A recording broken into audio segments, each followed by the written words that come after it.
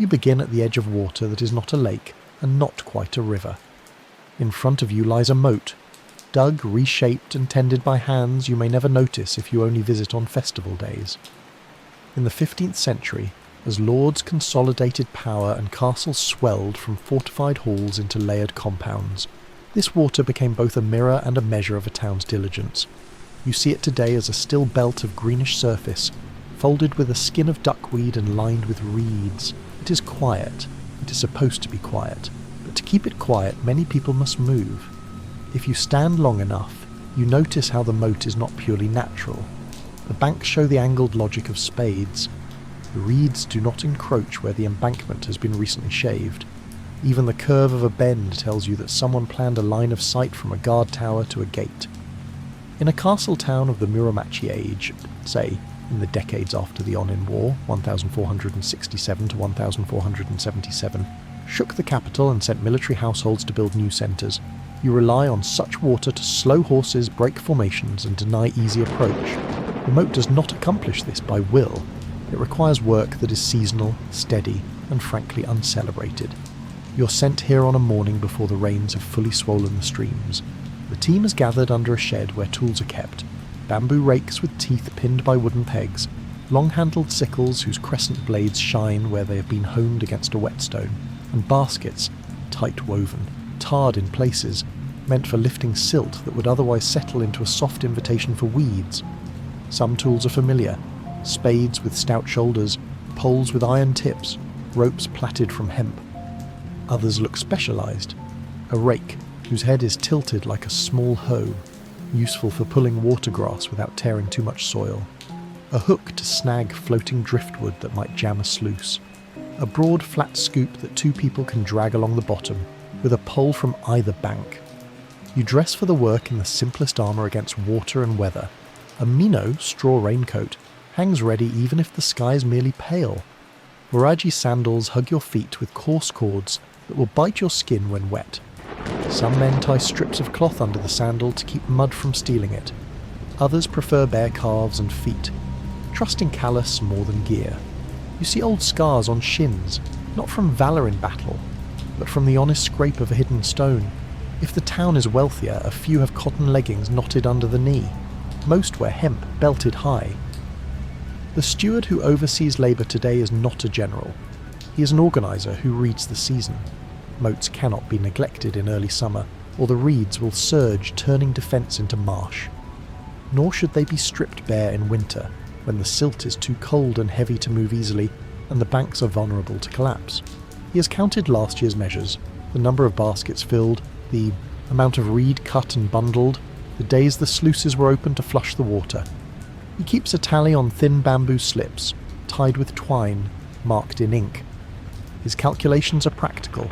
How many hands to each stretch, which side to start first so that loosened weeds drift to the collection point at the bend, how to time the sluice gate with the creek upstream so that a slow current helps rather than hinders you. You step down a plank into the water and the world thickens. The first task is cutting the tall reeds along the inner bank. This is not to beautify the view for a visiting envoy.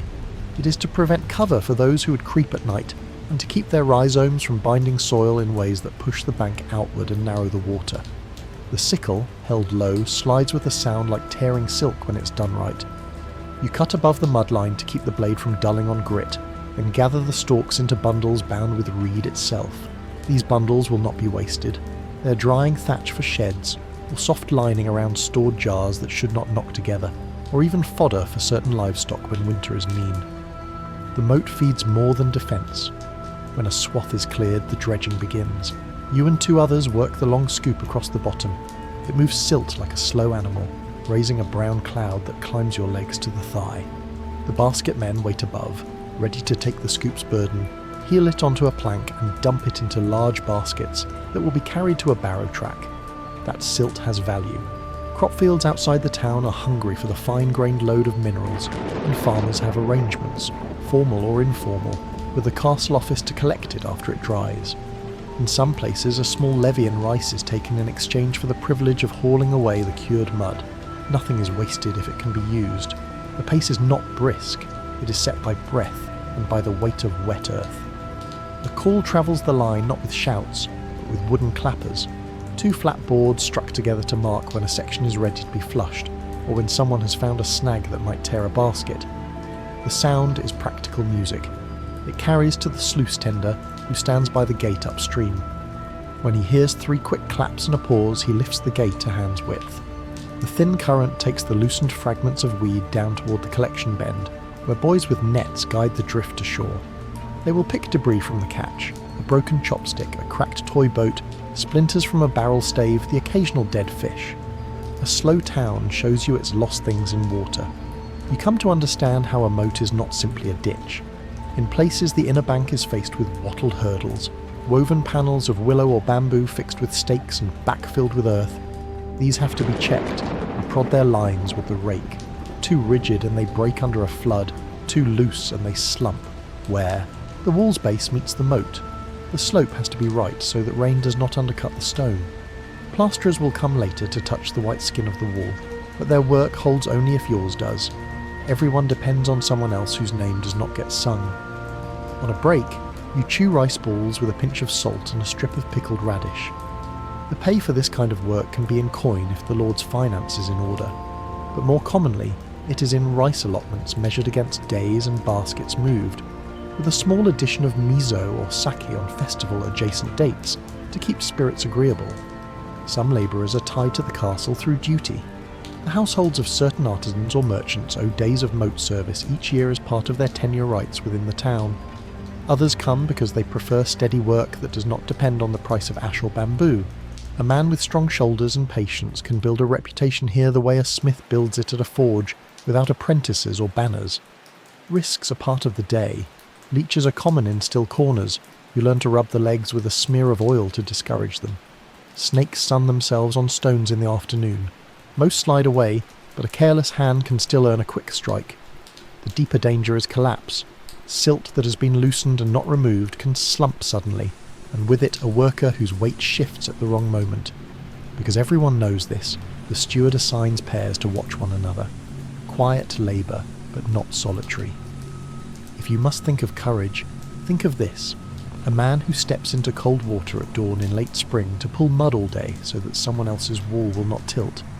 You notice the town's rhythm folding around the moat. Pack horse trains, 2 or 3 animals at a time, clop by on the road just beyond the embankment, bells muted with cloth so they do not startle the guard horses at the gate. A dyer's apprentice rinses cloth in a side channel, careful to keep his blue water out of the main flow by setting simple plank weirs. Children pause on the bank to point at frogs, only to be shooed away by an older woman who knows how quickly a toe can slide into an eddy.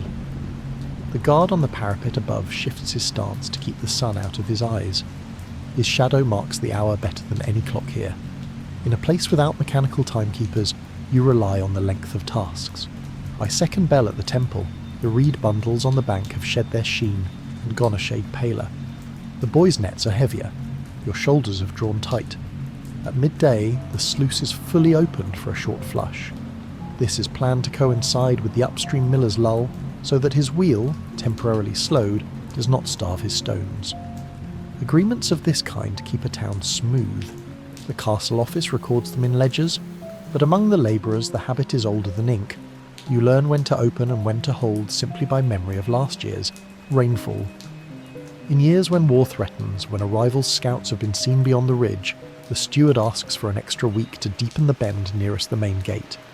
Deeper water there turns firm ground into hesitation. A horse asked to leap too wide may balk. Few things in military history are as decisive as a moment of doubt created by wet work. You would think such labour leaves little to tell, but a moat carries small histories. Last year's flood, which toppled a corner of a storehouse near the east bank, left a seam in the silt you can still feel with the rake like a scar under skin. The reed stand on the north side is thinner because a cold snap bit late and hard, killing shoots. A lost crest badge, copper bent into an oval, turned up in a basket 3 seasons ago. The steward traded it for a new rope. Even the fish tell you something. Carp flourish when the water is stable. When you see more loaches and fewer carp, you know the creek that feeds the moat is fickle and brings more silt than before. These are not stories to sing, but they are stories that keep a town alive. Toward the afternoon, the men rotate to the outside bank where a gentle slope leads to a patch of willow. The roots of these trees drink too greedily. If allowed to thicken, they will draw the bank down in drought and crack it in flood. Cutting a willow is not done thoughtlessly here. Branches are pollarded, trimmed high so that the tree lives, providing rods for hurdle making without tearing at the soil with a sudden death rot. The cut rods, bright and yellow inside, are stacked in bundles to repair the very wattles that hold the bank. In this way, the moat consumes and renews itself. You understand, watching, that maintenance is a kind of agriculture stretched sideways across water and wall. As light softens, a final task begins: measuring. The steward carries a rod marked in spans. He steps into the water and reads depth at fixed stones that serve as silent witnesses. One near the bend, one opposite the gate, one at the narrowest run where a causeway could tempt a rush. He calls the numbers to a clerk who writes them in the simplest characters on a board that can be wiped and recopied onto paper later. If the depth has increased by a hand at the bend, the day is judged good. If the narrow run still shows gravel too near the surface, tomorrow's work shifts there. Assessment is immediate and unemotional. It feels dull, and that is the point. Payment is tallied in the shade. Baskets moved are counted, but with allowance. A basket heavy with watergrass is not equal to one thick with clay. The steward knows who labours cleanly and who spills. He will assign the heavier, steadier pay to those who kept their lines straight and their cuts smooth. Some of the reed bundles are auctioned quietly to a thatcher who has contracts in the lower town. The silver he offers will buy oil for the lanterns at the gate, whose light reduces accidents when the patrols change. The circle completes without ceremony. Silt becomes crop, reed becomes roof, coin becomes light, light becomes safety for the very guards who call you to work next season. From the parapet above, the watch changes. You hear the clack of wooden clappers as the evening patrol starts its round along the wall. These are not the same clappers you use to signal the sluice, but their sound is cousin to yours. Two pieces of wood calling for attention in a place that does not want to shout. The castle town, like the moat, prefers signals that do not wake the countryside. If you try to place this work in the grand charts of history, you may be frustrated. Chronicles will name the lords who built and lost these walls. They will date the fires and the treaties. But rarely will a page record how many baskets of silt left this bend in the year of the late frost, or who thought to pollard the willows instead of cutting them flush. Yet without these choices the walls would lean, the gate road would sink, the summer weeds would knit into a floating mat that even a child could cross. Sometimes the most defensive act is not to sharpen a spear, but to keep water honest. You end the day not with a flourish, but with washing. Mud slides from your legs in sheets. The nets the boys used are hung to drip. The steward checks the shed to be sure sickles are oiled. A line of bundles waits to dry on the bank tied with their own making. Across the water, the white of the wall pinkens with the last light. You do not need to love the wall to maintain the moat. Duty can be practical rather than passionate. Habit can be a kind of care. As you shoulder the rake to return it, a question lingers. Not noisy, but persistent, like the slow pull of current at your calves. If the moat must be tended every season to remain a moat, what other parts of the town and of its order depend on hands you never see, and what happens to the wall when those hands fail to come? You return to the water on another morning and notice what yesterday concealed. The moat's work does not live only at the edge where blades meet reeds. It stretches outward into the town's rules, inward into its habits, and downward into its soil. When people say a castle town is orderly, they often mean the geometry of streets and the straightness of walls. But order here is also a timetable moving through seasons, a ledger of obligations and a web of exchanges that carry mud toward rice, reed toward roof, and coin toward lamp oil.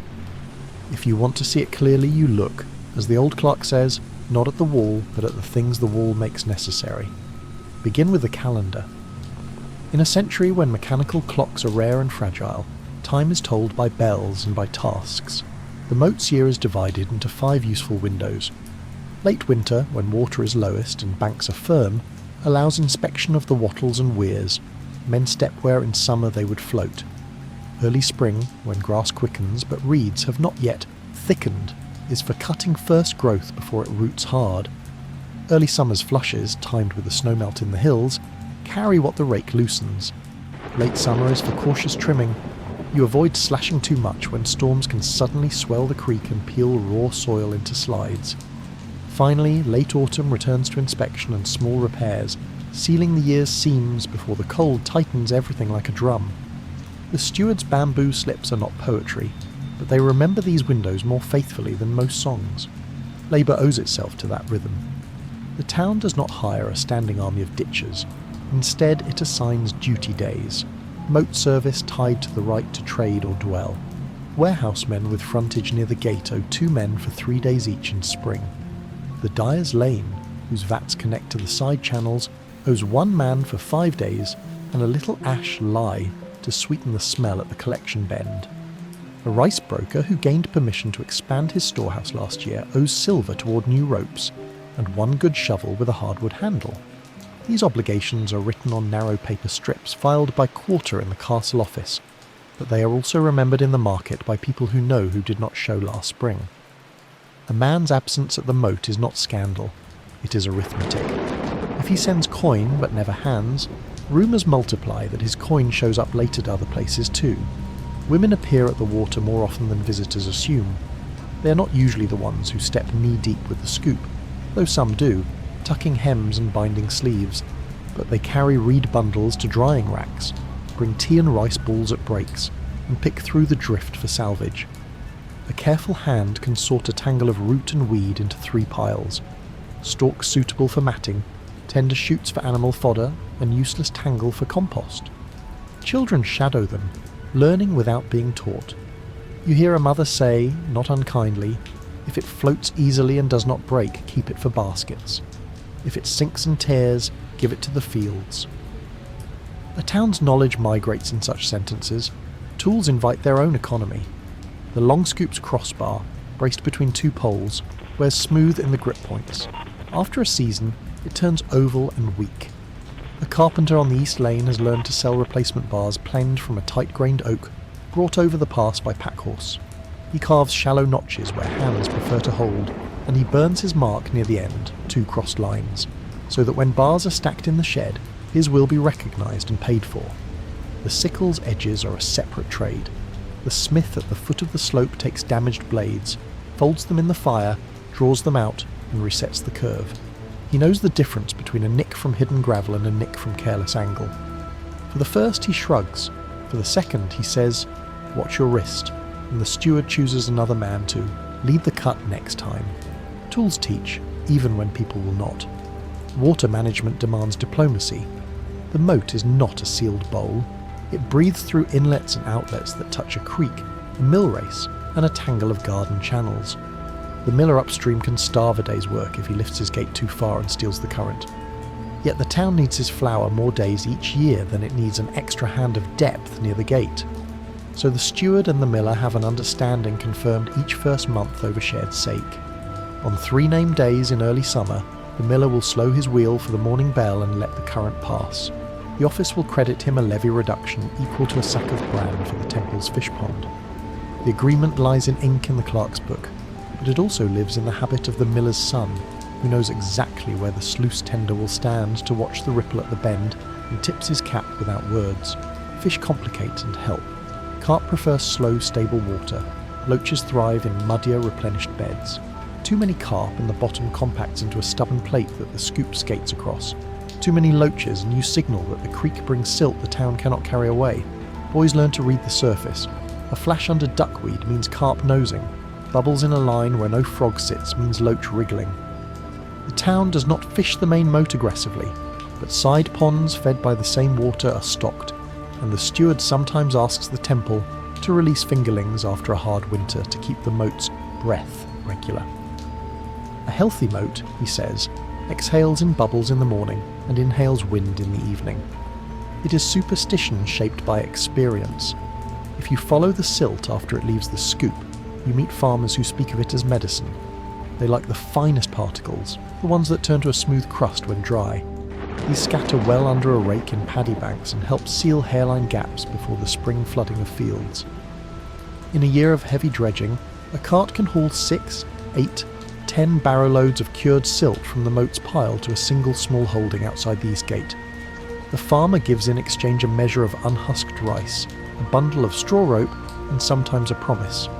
When harvest is good, he will lend 2 sons to the autumn inspection day. The cycle is not charity, it is a braided rope of mutual scarcity. A castle town stands because nearby fields stand, and nearby fields stand because water is obedient in many places, not only under the wall. Reeds follow their own chain of uses. Cut properly, at a slant above the mudline, bundled with the butt ends level, they dry into thatch that sheds water cleanly. Cut too low and the bundle brings up mud. Dry that and your roof rots quick and invites fungus to creep along tie beams that are hard to inspect without stripping a room. Thatchers, who set roofs on sheds and poor houses, buy bundles by weight and by look. They split a random bundle and check the cut. Too low, they tell a sheepish boy, and pay less. Reed woven into mats-lined storerooms, cushioning barrels against stone floors that sweat in summer. A careful warehouseman keeps a mat rotation. The oldest mats become padding for packloads, then they become kindling, then they become ash, then ash becomes lye, then lye becomes cleanser for reed-cut hands, so the bundles you dragged from water return as a better smell at day's end. Rules around the moat are not only about work, they are also about what work must not do. Dye water cannot enter the main flow. A dyer who sluices blue into the bend pays a fine that hurts, not because the town hates colour, but because lye and indigo upset the water's delicate temper, as old men call it. Tanners' washings, strong with stink, are kept to a ditch on the leeward side and filtered through straw fences before reaching any shared channel. When a child dies in summer, fever that comes on after a scratch, people whisper about miasma and bad air from still water. The temple answers with incense and a prayer. The steward answers by ordering a double flush and reminding everyone that stagnant corners must be cut clear even when reeds look pretty in the wind. Belief and practice walk together awkwardly. Between them, the water stays safer than either could make it alone. Accidents are recorded without shame. A shallow slide catches a man and dunks him. He coughs, swears, sits on the bank, and a woman presses his back with a cloth soaked in hot water from a kettle kept at the shed for just such moments. The clerk writes, 2nd month, 4th day, slide at Willow Bend, no injury, bank to be faced with 2 hurdles, recommend pollard earlier next year. These entries do not impress outsiders, but they turn into better decisions 12 months later. The town's habit of note-taking, narrow, repetitive, careful, accumulates into a kind of quiet armour. War hovers but does not dominate. In this century, conflicts flare and fade. A rival's banner might be seen on a ridgeline and vanish 2 days later with a rumour of a truce. The moat's shape can be altered in a week if needed. Deepen the narrow run by the gate, sink sharpened stakes, haggard egg beneath the surface at likely fording spots. Pile reed bundles into a temporary blind where archers could surprise a careless patrol. These adjustments are rehearsed in spring like a drill. The stakes are stored in a shed by the north wall, tarred and bundled, their tips hardened in a small pit fire. The steward counts them at inspection and sighs when one goes missing. Someone used it to stake a bean trellis, and he knows which little garden shows a suspiciously straight line of vigorous plants. Religion touches the moat without claiming it. The temple bell that marks 2nd and 5th hours is also the bell that once rang in a rain ritual when the creek ran low. A monk walks the bank some mornings, fingering beads, murmuring a sutra for being seen and unseen in the water. He does not tell the steward how to cut or flush, but sometimes, after a week of good flow, he brings a saucer of tea to the shed and says, "Merit travels in small ripples." The men nod, partly out of respect, partly because tea tastes better when someone says something like that. In return, when the temple's fish pond silts shallow after a storm, 2 men go up on their own time with the broad scoop and help the novice haul muck. The steward notes it and balances their duty days quietly later. The wall depends on the moat in ways stone does not admit. Plasterers who maintain the wall's white skin come to watch dredging because they want to read the bank's inclination. If the inner slope shows a belly, an outward curve, the wall's base will settle, and hairline cracks will spider across a panel the next summer. A good plasterer can smell damp behind plaster. He taps with a fingertip and listens. His ear tells him what the steward's rod later confirms. Once a year, wall and water workers share a meal on reed mats at the base of the tower. Noodles, pickles, a little sake if coin allows. They trade jokes about whose work keeps whose work honest. Nobody wins the argument. Everybody sleeps better after. If you walk to the office where levies are counted, you find the moat worked into arithmetic again. The castle's income is in rice assessed from fields and in rents assessed from town frontages. Against that, it spends on timber, plaster, iron, patrol pay, messengers, and festival obligations that cannot be ignored if the lord wants to look legitimate. Moat work is cheap in coin because it is dear in days. When the steward argues for new ropes or a higher allotment of oil for the sluice tender's lamp, he does not appeal to honour. He brings numbers.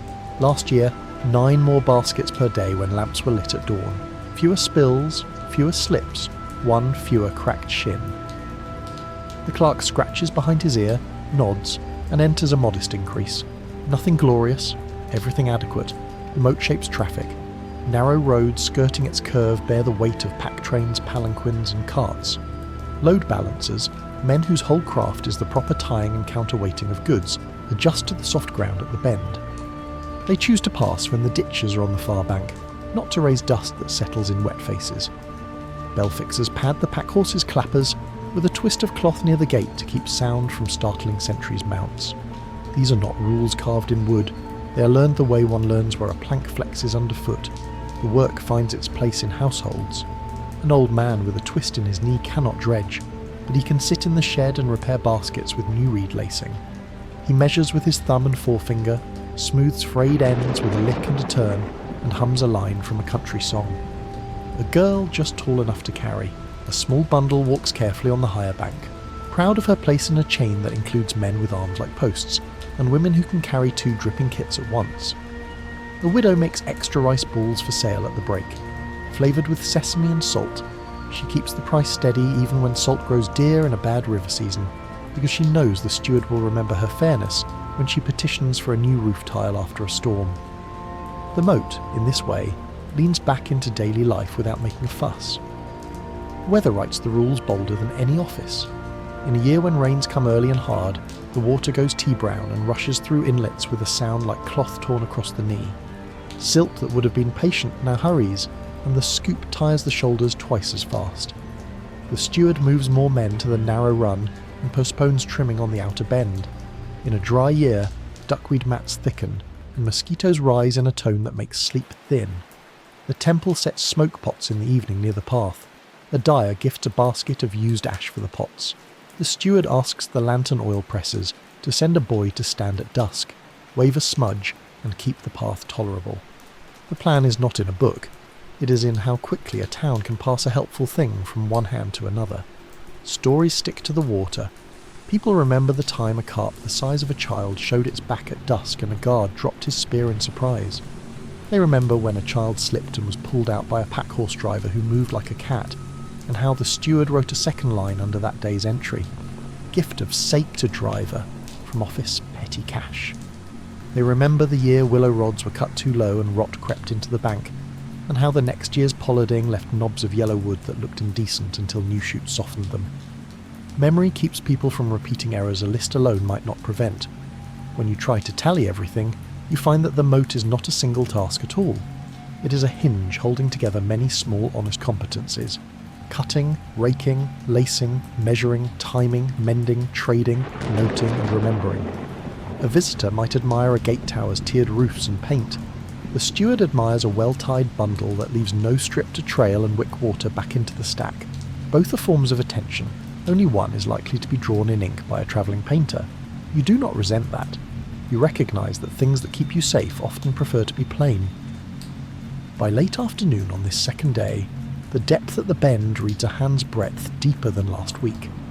The clerk, careful as ever, writes the number, then adds a note about reed density on the north bank. Thinner than last year in second month, probable cold snap, cut accordingly. He shakes the page to dry the ink and lays it on a board. You watch the wet strokes change to dull black. It is unremarkable to anyone not invested in walls. To those who understand, it is proof that the town has lifted its share of weight for one more week. If you pause and listen as lanterns are lit along the parapet, you hear the low, percussive talk of wooden clappers again.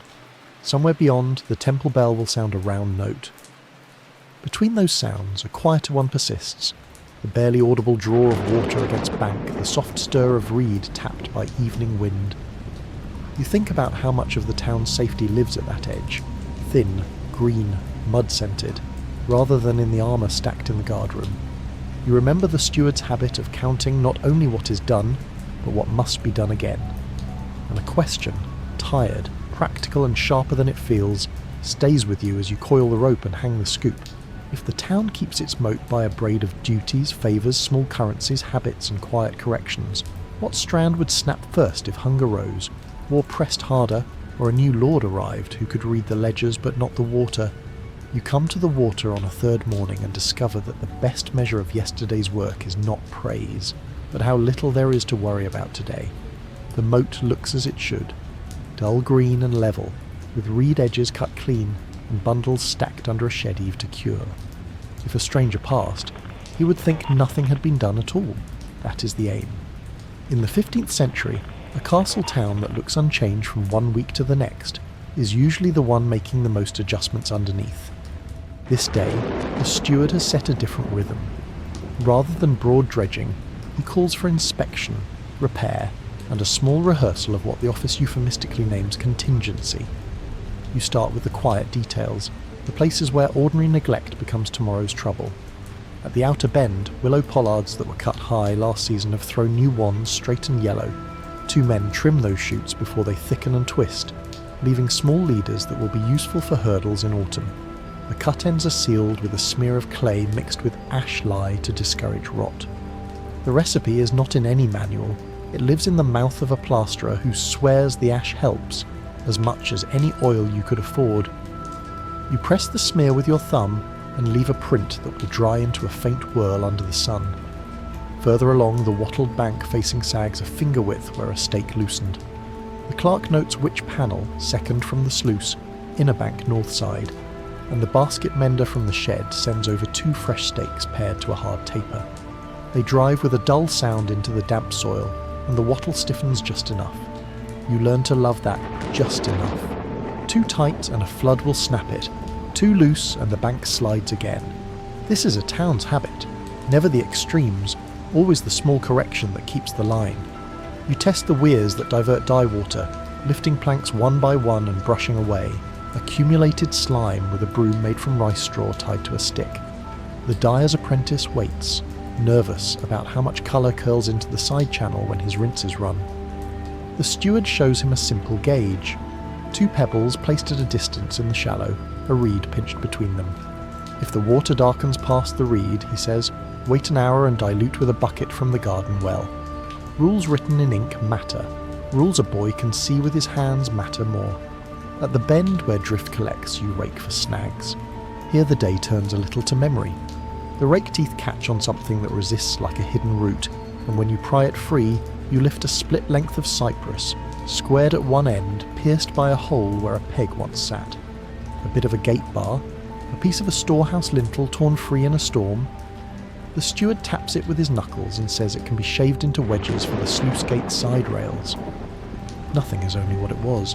In a resource-thin town, wood remembers more than one use. The sluice tender oils the gate runners with a paste stirred from rapeseed oil and powdered charcoal. The mixture looks like ink and smells faintly nutty. He rubs it on with a cloth and runs the gate up and down a hand's breadth to work the paste into the wood. Beside him, a boy copies the motion, craning to see where friction eases. You hear the steward mutter numbers, how many turns of the winch equal how much rise at the gate, and the clerk writes them because one day the tender will be sick, and someone else will have to move water by measure, not by guess. Mid-morning brings the rehearsal, as promised. The office has ordered a short drill, a quick deepening at the narrow run near the gate, a laying of submerged stakes at 2 hand-picked fords, and the placement of reed bundle blinds along a short stretch of the outer bank. No alarm, no rush, simply a timed exercise to make sure that, if word arrived that a rival's patrol had tested a road 2 valleys over, the town's edges could be hardened without panic. It begins with a signal. 4 sharp clacks from the steward's wooden clappers, a pause, and then 2 more. From the tower above the gate, the guard answers with a single drum beat, more for form than necessity. Men already at the scoop turn toward the narrow run. Others fetch the tarred stakes from the shed, tapered at the point, striped with a daub of black near the top so they can be found later when water clears. A small brazier is lit to warm the tar that will seal cut ends. The temple bell will not sound for this. It is a workday thing, not a festival or a prayer. You stand in the water at the run's lip with the scoop in your hands. The bottom here is gravel over clay, treacherous when loosened and left. 2 men on the bank manage ropes to keep the scoop from drifting, and the sluice tender lifts his gait a fraction to send a modest push that helps carry the loosened fines downstream to the bend. The clerk times each pass with a sandglass set on a board, mostly for the steward's neatness, partly because in a dispute with the office later, a counted number carries more weight than "we worked hard." The stake team moves with practiced economy. 1 man measures the spacing with a rod marked in spans, another presses each stake into a prepared pilot hole punched with an iron-tipped pole. A third taps it home with a mallet, twists to set the grain against the current, and daubs a thumb of tar where wood meets water. The line is not a palisade intended to halt an army. It is a discouragement, placed just out of sight, meant to turn a gallop into a splash and a reckless foot into a second thought. Most conflicts in this century do not test a town's walls to destruction. They probe and pull, judge the cost of taking and holding. A minute of doubt at a crossing can be dearer than a dozen sharpened spear points you never have to show. On the outer bank, the reed bundle blinds take shape. Bundles cut in spring are lashed to stakes set above the waterline and hinged with rope so that they can be dropped flat against the bank when not needed. A man hidden behind such a blind could loose an arrow or a signal without presenting a clear shoulder. You practice raising and lowering a blind twice, enough to get the tangle out of the rope, not so much as to fray it, and never with a shout. A town moves best when it remembers the value of leaving no sound where none is required. By midday the drill is done, the stakes are seated, the run reads a hand deeper, and the blinds sit folded like modest fans along the outer bank. The steward notes how long it took and how many men it required. He compares the numbers to last year's drill and writes a small +1 man beside the stake count. The reason is not dramatic. 1 labourer has grown old, 1 boy is not yet as strong as his older brother was at that age, and the reed crop ran thin after a late frost. People and weather change, numbers admit it better than pride. You eat under the shed's shade and consider the odd fact that the moat, most of the year a gardener's job, becomes for a few hours a soldier's cousin. Yet even this soldierly rehearsal remains stubbornly practical. No speeches, no vows, only habits, timings, and tools that end the day where they began, oiled, wiped, hung. After the meal, the steward walks the inner bank with the woolmen. Here the work turns to what a plasterer calls listening. He taps the plaster with his knuckle and tilts his head, then kneels and presses the base where the wall meets the bank.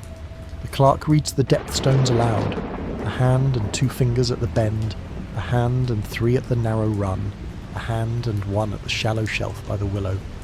The plasterer rubs a thumb across a faint crack that spiders pale across a panel and says it is only surface.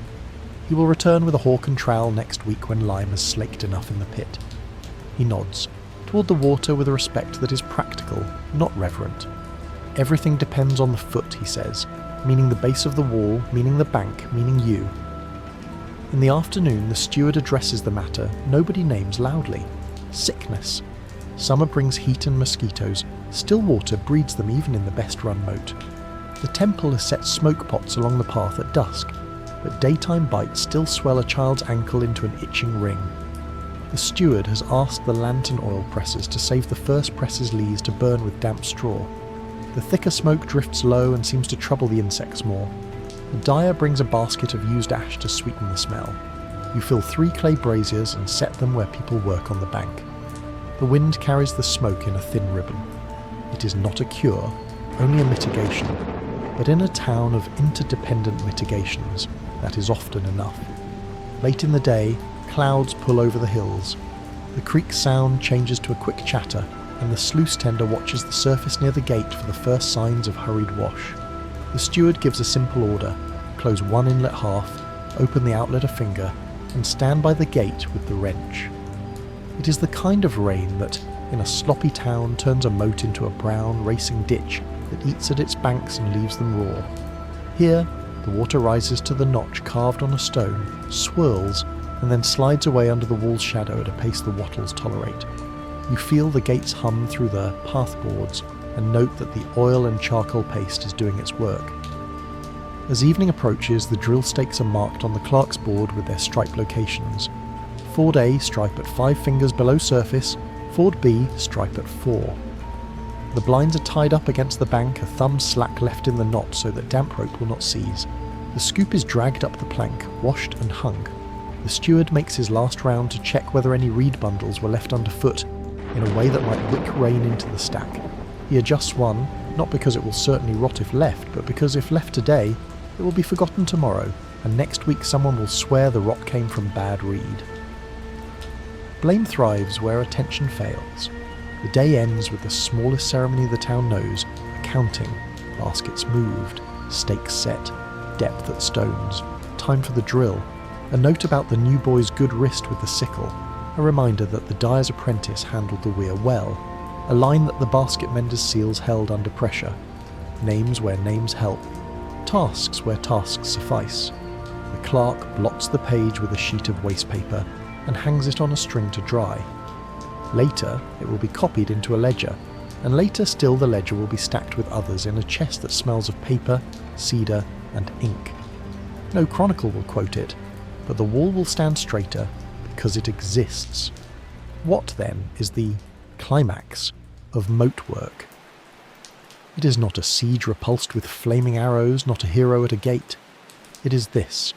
A short storm passes over the town, the creek swells to its measure, the sluice runs smoothly with the oil paste you rubbed in, the wattles give a little and then hold. The newly deepened run takes the extra water without scouring a hole. The submerged stakes sit unseen in their places, and the reed bundle blinds lean ready against the bank, unused and unimportant precisely because they can be used if needed. After the storm, the water drops back to its line. The bank smells freshly muddied. A carp noses under duckweed. The guard on the parapet changes his stance. Peace looks like nothing happened. In the days that follow, the drill stakes will be pulled and stacked tar up under the shed. The blinds will be unlashed and their cords dried so they do not mildew. The run will be allowed to silt a little, because too much depth invites a kind of slumping edge. Maintenance is a pendulum with a short arc. You never let it swing wide enough to spark attention. If the steward has a philosophy, it is this: save the town from spectacle. You leave this story with a sense that the moat is not a ditch but a curriculum. It teaches you to count what is dull, to trust improvements you cannot show off, to trade favours without ledgering them to death, to listen to the way wood slides on wood, to look at reed not as scenery but as fibre tied to roofs and mats and baskets and the next day's dry feet. It also teaches the limits of any one craft. The best cut reed rots if a roof leaks, the best slaked plaster cracks if the bank bellies, the best dredging fails if a miller steals the current, or if a new lord demands a show of speed that the water does not permit. Virtue, in this place, is not noble, but cooperative. You might think this is only the habit of a medieval Japanese town, a detail tucked into the Muromachi age after the Onin War scattered households and forced new centres to grow. But stand at any later moat, canal, city reservoir, or flood control channel, and you will find cousins of these people at work. Men and women who keep water obedient to human plans by making 1,000 small, boring decisions that will be noticed only if neglected. The bridge that does not buckle in a monsoon. The levee that holds because a clerk 15 years ago insisted on one more layer of willow hurdles. The city that survives a week of brown water because someone oiled a sluice runner with paste that would never be in a painting. These are the quiet climaxes in places that prefer not to have any. So you step back from the bank, wipe mud from your calf with a handful of reed, and hang the scoop where it belongs. The steward nods without flourish. The clerk ties his slips with twine. The sluice tender lowers the gate to the night mark, and the temple bell gives its round note that says only what it always says: now, now, now. The wall glows pale as a fish belly, in the last light, and says nothing at all. It does not need to. The water and the people who keep it from mischief have spoken for it. And you leave with one last thought that belongs not only to the town, but to any place where order looks like quiet. If safety lives in routine and patience, if the difference between a swamp and a moat is not a trench but a tension, how do you, in your own time, tell who is tending the edges of your life, and what happens when those hands, unnoticed and underpraised, are asked to do one task too few? Before dawn, cords soak, hands twist rice straw steady. Soldiers, porters, pilgrims queue softly, trading coins for steps that will last more miles than talk. You begin at a doorway that opens not to a court but to a mat, and on that mat sits a small mountain of straw. It is clean straw, last autumn's rice stems dried on racks, thrashed, combed and sorted, until the fibres lie like the hair of a well-kept horse. In the 15th century, when the Muromachi age pushes people toward roads as often as into fields, a castle town stands on its feet, and those feet stand in sandals made by hands you rarely notice. If you want to understand how a town moves, you watch the Waraji braiders. The room smells faintly of sun and grain. A woman sits cross-legged near the pile, sleeves tied back, fingers swift. She is the master here, though nobody calls her that, because she can twist a cord as even as a spider spins its line, and because she knows exactly how many stalks make a strap that will not bite a soldier's instep raw when the road turns to stone after rain. Beside her, a boy coaxes kinked straw straight with a damp cloth and a comb of bamboo teeth.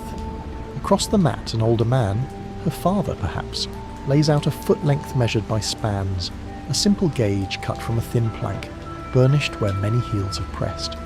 There are few tools, a knee peg, 2 smooth sticks to crush and soften stems, a shallow basin of water to moisten stubborn fibres, a coil of hemp thread for reinforcement, a knife so thin it looks like a sliver of moon, and a small wooden form shaped like the outline of a foot. The rest is in the hands. The first cords are made by twisting straw against the thigh and letting the twist climb into itself. A simple rope, called nawa. 2 cords are laid parallel, then crossed and knotted at the toes to make the waraji's front. From there, ribs of straw are woven back toward the heel, each rib locked by the side cords that will later rise as ties.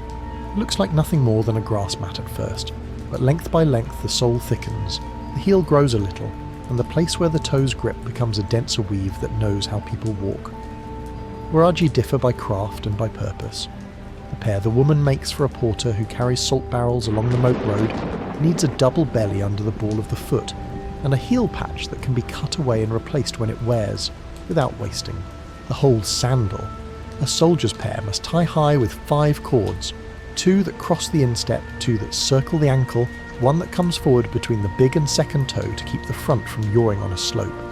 A pilgrim's pair, meant for long roads to Ise or to the wild steep trails of Kumano, wants softness at first, then firmness. The braider adjusts by mixing younger, more pliant straw near the toe and older, harder stalks under the heel. All of them must be light enough to dry by a fire in the evening and cheap enough to buy in stacks of 3, because waraji die quickly. A road eats them, stone steps chew, wet clay drinks the strength from their cords.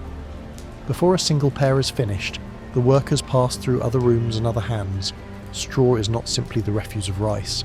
After harvest, bundles are stood in stooks to keep them from rotting in autumn rain, then taken to a yard where children beat the stalks with flat bats to shake loose dust and chaff. The good braiders buy by look and feel, not by weight. They take a handful, bend it, listen for a soft squeak, not brittle, not mushy, and peer along the fibres to judge whether rats chewed in field or barn. They prefer straw cut high, leaving the muddy base in the paddy so that the fibres they handle are clean. A thatcher will pay more for the long unbroken lengths. The sandal maker wants middling stalks, strong enough to twist, not so long they waste. The town's rice broker, clever in small ways, keeps aside bales of such straw and offers them with credit to households that must start work before coins turn up in spring. When the woman begins a new pair, her hands move in a rhythm she no longer watches. The side cords rise and become ties. She adds a cross cord near the toe that, when tightened on a foot, will pull the front snug. A soldier once told her that a sloppy toe costs a pace an hour. She believed him not because he wore a sword, but because his step, even in her room, was efficient. For his kind, she adds a whisk of hemp thread, fine as hair, twisted into the front rib to resist the cutting of a rough stone. Measurements are simple, and the town agrees on them with the kind of consensus that grows without decree. A span is thumb to little finger, stretched. A hand is 4 fingers side by side. A foot length is measured heel to longest toe against the plank gauge. For children, you mark a finger less. For men with farmers' feet broad as shovels, you add a rib and trust the ties to keep it steady. A braider keeps a little slate where she ticks off pairs by size. 3 short, 2 medium, 1 wide. At the end of the day she counts the marks and binds each size in stacks with a twist of rope tied in different knots so she can tell them by touch when the room is dim. Outside, the town moves on sandals. Porters cross the moat path with bales on their backs hung from bowed poles. Pack horsemen pad their animals' hooves with straw shoes cousin to warragee when ice glazes the road or when a bridge plank is split and throws a nail. Pilgrims pass with staves and small bells, their hems dusted pale, sandals new at the morning bell, frayed by the temple bell at dusk. Soldiers drill in the square near the gate, ashigaru with spears set. Their feet do not drum like a booted army, they hiss softly. Straw against earth, straw against plank. In every 10 men, at least 1 pair of sandals is failing. You learn to listen for a rasp that means a toe string is sawing itself thin. Trade grows around these racks. The brader's doorway faces a lane of small shops, a smith who repairs the thin knives for cutting straw ties, an oil presser who sells rapeseed oil in gourd flasks to rub into cords so they shed the first hour of rain, a stall where an old woman sells dried persimmons to chew while you work. The sugar keeps fingers patient and minds awake. At the corner, a temple sub-shrine holds a small Jizo statue whose stone feet, season by season, are piled with offered sandals, tiny waraji braided from leftover straw, tied around the bodhisattva's ankles by mothers who hope their children's journeys will be short and safe. On festival days, the pile grows into a soft green-yellow drift, and the braider's daughter sneaks 1 old frayed offering to study its ties, threading knowledge from piety. Payment is humble. A pair for a porter might cost a few copper coins, thin green eyes stamped with square holes and strung on hemp, or a measure of unhusked rice at year's end if the porter is short on coin in spring. Soldiers assigned to the castle receive sandals as part of their issue. The office pays in kind, a sack of straw in winter, 2 show of rice in summer, and a promise, kept more often than not, that if the garrison expands, the braider will be first called. Pilgrims pay in coin or in stories. A woman on the Issy Road leaves a charm, paper folded tight, for the braider's boy who has never left the moat, and tells him of a cedar-lined path where the light falls like silk. He ties the charm to the peg that holds the knee strap and imagines the feel of that path through thin straw. You learn quickly that sandals, like moats, are part of a town's arithmetic. A porter carrying salt gains across rough ground, what he loses across smooth. He will wear 2 pairs on a 40 run unless he's light-footed and the weather is kind. A soldier on patrol can count on a pair to last 3 days if he rotates them. 1 worn, 1 hung at the fire, the 3rd tucked dry in his pack. A pilgrim in rain ruins a pair in 1 day if she does not stop at midday to tighten the toe and untwist the cords that have crept. The braider knows all this in the way a plasterer knows the weight of water behind a wall. She keeps 3 piles beyond the main, a heap of near-finished sandals missing only the ties, so she can finish to a size when a buyer arrives, a heap of heel patches braided separately, and a heap of cords, because cords are what die first. Roads make reputations. Messengers from the Lord's office, quick boys with tight bundles of paper and lacquered caps, know which doorway ties the best toe. They leave 2 coins extra in the tray because when a message must be carried overnight, nothing saves time like a sandal that does not bite. A pack horse driver tells other drivers which braider's cords hold on a river ford that runs shin deep after rain. Word moves faster than the men who carry it. Not every waraji is the same colour. Fresh straw glows pale as parchment. Older straw browns to the colour of dry tea. Some braiders bleach with sun. Others smoke the finished sandals in a low hut so a day's rain will not swell the cords too eager. The smoked ones smell faintly sweet and hold their shape. They cost a coin more and sell to soldiers when the office has silver, not rice. Pilgrims with little choose fresh pale pears and promise themselves a fire at evening to dry them. The braider doesn't argue with need. She keeps all kinds and is kinder with price to an old man who touches Jizo's feet and then touches his forehead with the same hand. Technique hides in plain sight. Watch the woman's thumbs when she turns the straw at the toe. She presses down and rolls, not merely pulls. The fibres lock and lie flat. Watch her knee when she tightens the side cord. It presses into the mat at a short angle and holds tension like a third hand, a habit that came from years of working with a crying child in her lap when she could not stop. Watch the way she finishes the heel. She braids a narrow wedge that can be tucked under, then stitch through with hemp so that when a heel wears thin, a porter can undo 2 stitches, pull out the wedge, reverse it, and gain another day. A sandal that knows it will die can still choose how. The town's seasons pass through these rooms. In spring, when roads dry enough that salt and fish come in from the coast, the lane is a parade. Peddlers call, children chase, men bargain, women laugh.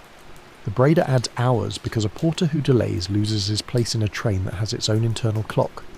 In summer, when heat turns dust to a fine sift that sneaks into hems and hair, the braider shifts to smoking more pears. Sweat swells cords and a smoked sandal keeps its dignity. Autumn means harvest and better straw. The braider's father trades a barrel of old sandal cords to a farmer who chops them and mixes them into mud for sealing paddy banks. He comes home proud, not because the cords found use, but because the farmer said the mud held better than last year. In winter, when roads freeze at dawn and thaw to ruts at noon, the braider twists thicker cords and ties them long so they can circle the ankle over leggings and keep the foot from slipping inside its own shoe. You will be told, if you ask soldiers, that war is glory and sandals are inconvenience. Do not believe it. Armies of this century walk, ashigaru on spear lines, messengers, scouts. They all move on straw. A brigade's speed settles on a quiet fact: how many spares each man carries, and how deftly he can tie with the numb fingers in morning cold. A captain who knows will ask the quartermaster which braider's straps do not creep loose, and he will shape his march by that knowledge. On a narrow pass with frost on the stone, a good toe strap is the difference between a man who keeps his place and a man who looks down, steps delicate, and opens a seam in the line. The braider has never seen a battle, but she has made or failed more marches than any commander whose name ends up in a chronicle. Religion shades the craft at the edges. Besides the Jizzo sandals at the shrine, there are temple days when the braider brings a small bundle of offcuts, straw too short for sandals, too good for trash, to the monks who keep the fish pond. They twist the scraps into little floating rings and set them out for carp at dawn. A monk, seeing her hands, once asked if the cords were like the cords in his beads, mundane, bearing weight so that the holy can count itself without scattering. She had never thought of it that way, but afterward when she tied the 5th strap, the one that keeps the front steady, she smiled at the notion that someone somewhere counted merit while she counted ribs. The braider's trade touches other trades you saw at the moat. The night soil carrier, who walks the lanes with a yoke and 2 sloshing buckets, needs sandals that grip wet plank. His toe is tied broader, the sole ribbed coarser, and he buys heel patches 3 at a time. The lantern keeper at the gate, who climbs steps at dusk, likes a strap tied low because a high knot catches on the step edge. The braider obliges and warns him to retie at the landing lest he loose a shoe halfway up. The dyer who rinses cloth in the side channel asks for sandals that do not stain. She weaves a few rows with straw washed and dried in a separate place. Small kindnesses build a town. Children learn the work without lessons. The boy who combs straw watches the woman's thumbs and starts one evening when the room is quiet to twist his own cord. It is ugly and over-twisted, hard as twine. He laughs, undoes it, wets the straw, tries again. The old man shows him how to pull, not yank, how to keep his breath even so his hands stay even. In a season he can make cords a soldier will not curse. In 2 he can finish a heel patch that will last a porter a day. In 3 he will have opinions about toe knots, and he will argue them with a friend who learned across the lane. They will both be right sometimes and wrong sometimes, and the road will settle it. The road is judge and teacher. Walk a mile in town and you see where sandals die. The bridge near the mill eats heels with the grain of its planks. The braider sharpens the wedge there. The path to the north gate crosses a little stream on stones set at odd angles. Toe cords fray on that crossing, so she waxes, then with a smear of oil. The temple steps pull cords loose from ankles when pilgrims climb without resting. She ties a demonstration pair on a boy and shows a woman how to cross the straps under her arch, then around the ankle, then back to the instep to lock. The pattern is an old farmer's trick for carrying loads uphill. The woman bows, grateful. Half of keeping feet in order is simply knowing the knot. What is boring about sandals is what makes them matter. They are repetition, rib after rib, cord after cord, pair after pair. They are failure planned for, heel patches ready, ties long enough to retie, spares stacked by size. They are small economies. A porter buys 3 because 2 will fail, and the third gives courage. A pilgrim buys one and hopes for the kindness of shrine offerings when the road proves longer than her purse. They are humility in object form. You step on them, they take your weight, they do not last, they do not complain. As dusk leans into the lane, the braider finishes a pair for a messenger who will leave before the temple's second bell. She tightens the toe with a pull that sings a little, slices the ends flush, rubs the knots with a thumb dabbed in oil, and snugs the finished sandals together with a twist. The messenger pays with coin and news. The road south is thin with travellers. A bridge is out beyond the tea fields. The pass east has snow on it in the high shade. A band of roughs was seen near a ferry 2 days ago. The braider hears all this the way a sluice tender hears the creek, as conditions, not drama. She adds 2 more smoked pears to the rack, because high shade means cold, and cold means brittle cords.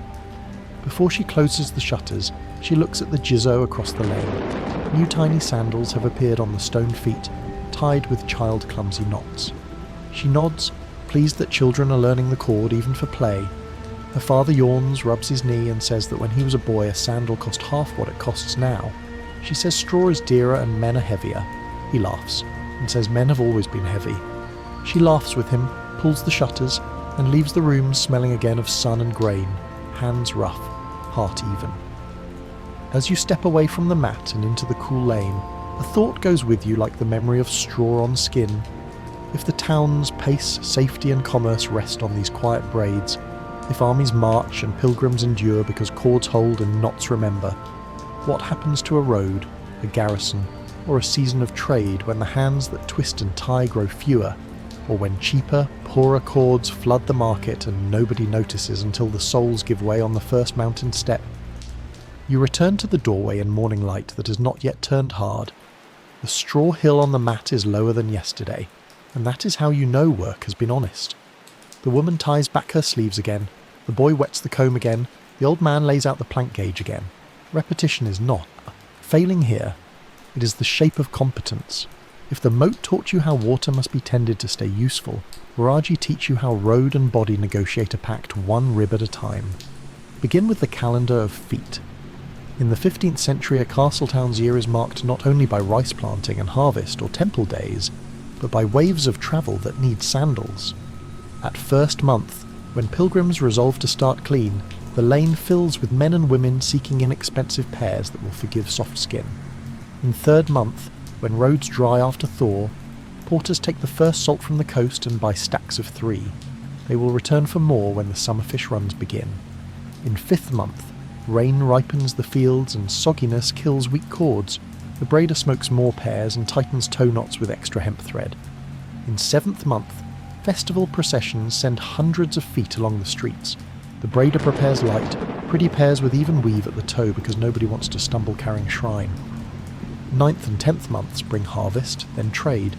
The loadmen want heel wedges by the handful, and cords cut a finger longer to wrap over thick leggings. 12th month slows travel but not errands. The garrison drills in cold and asks for cords that will knot with gloves. The year turns. The straw hill rises and falls like breath. Supply follows these breaths with its own logic. Straw is not summoned by wish. After the autumn cutting, farmers in the outer fields set aside bales according to their debts and friendships. The rice broker in town is the hinge between field and mat.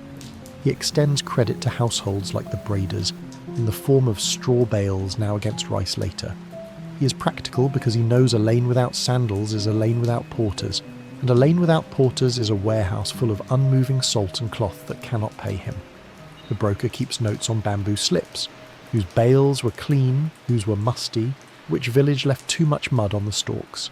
He does not scold. He pays less, and the lesson travels back down the road with the buyer who accepted the lighter coins. Sorting consumes as much skill as braiding. The boy sits with the bamboo comb and divides straw into 3 lengths and 3 qualities.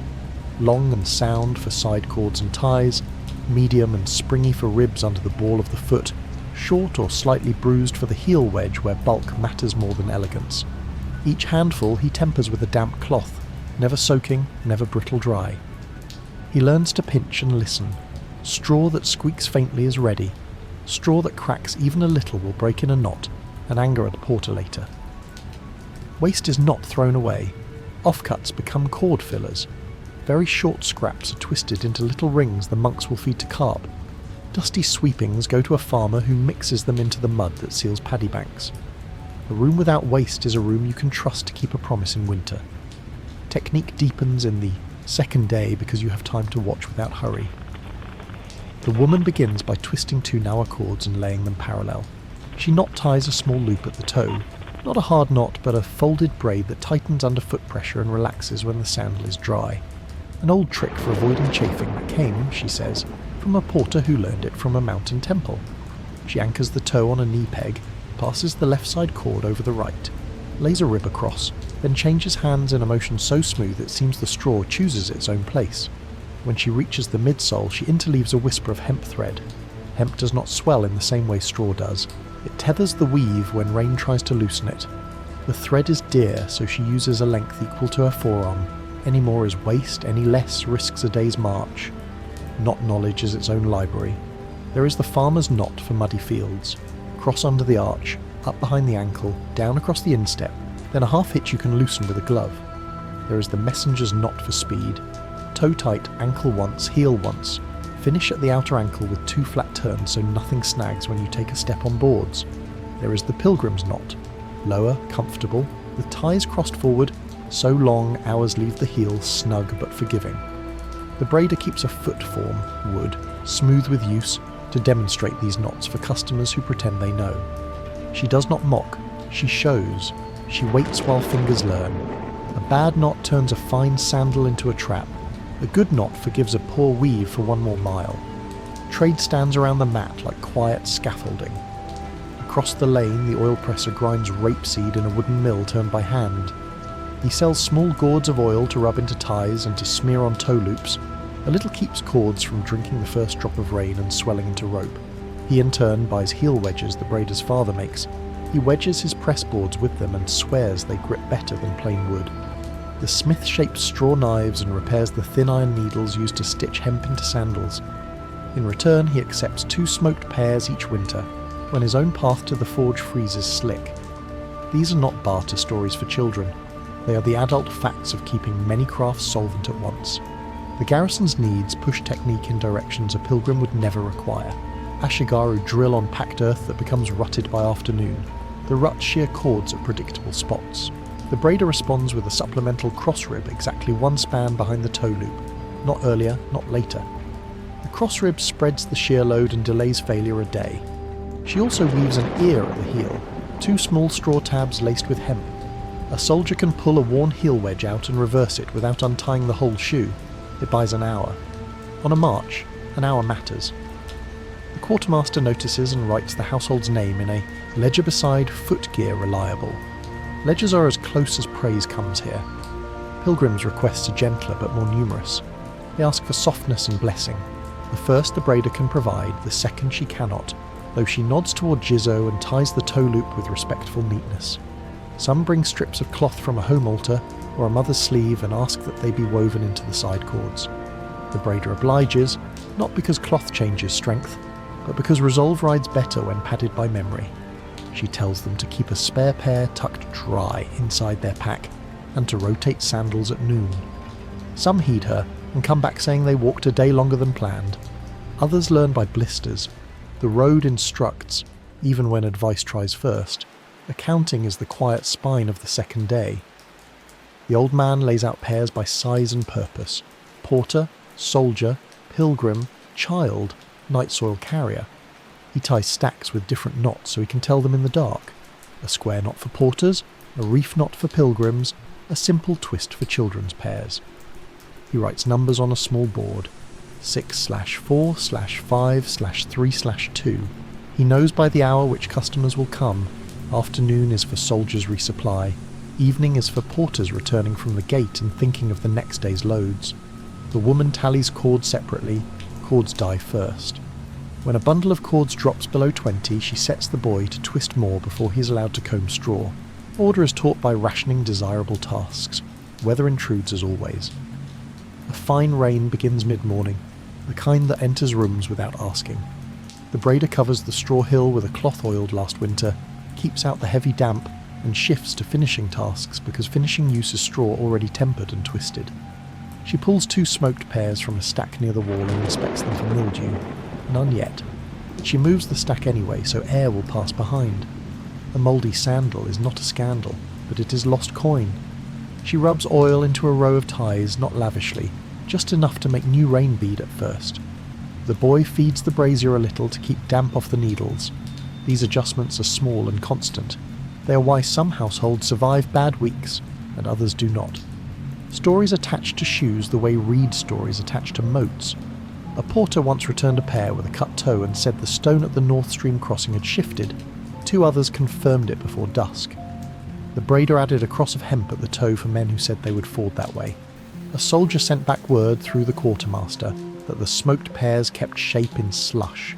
The office ordered more for winter drill, then paid late because the levy came in short. The braider accepted rice instead of coin, and held her annoyance where it belonged, in her stomach, not her voice, because a steady customer is better than a righteous quarrel.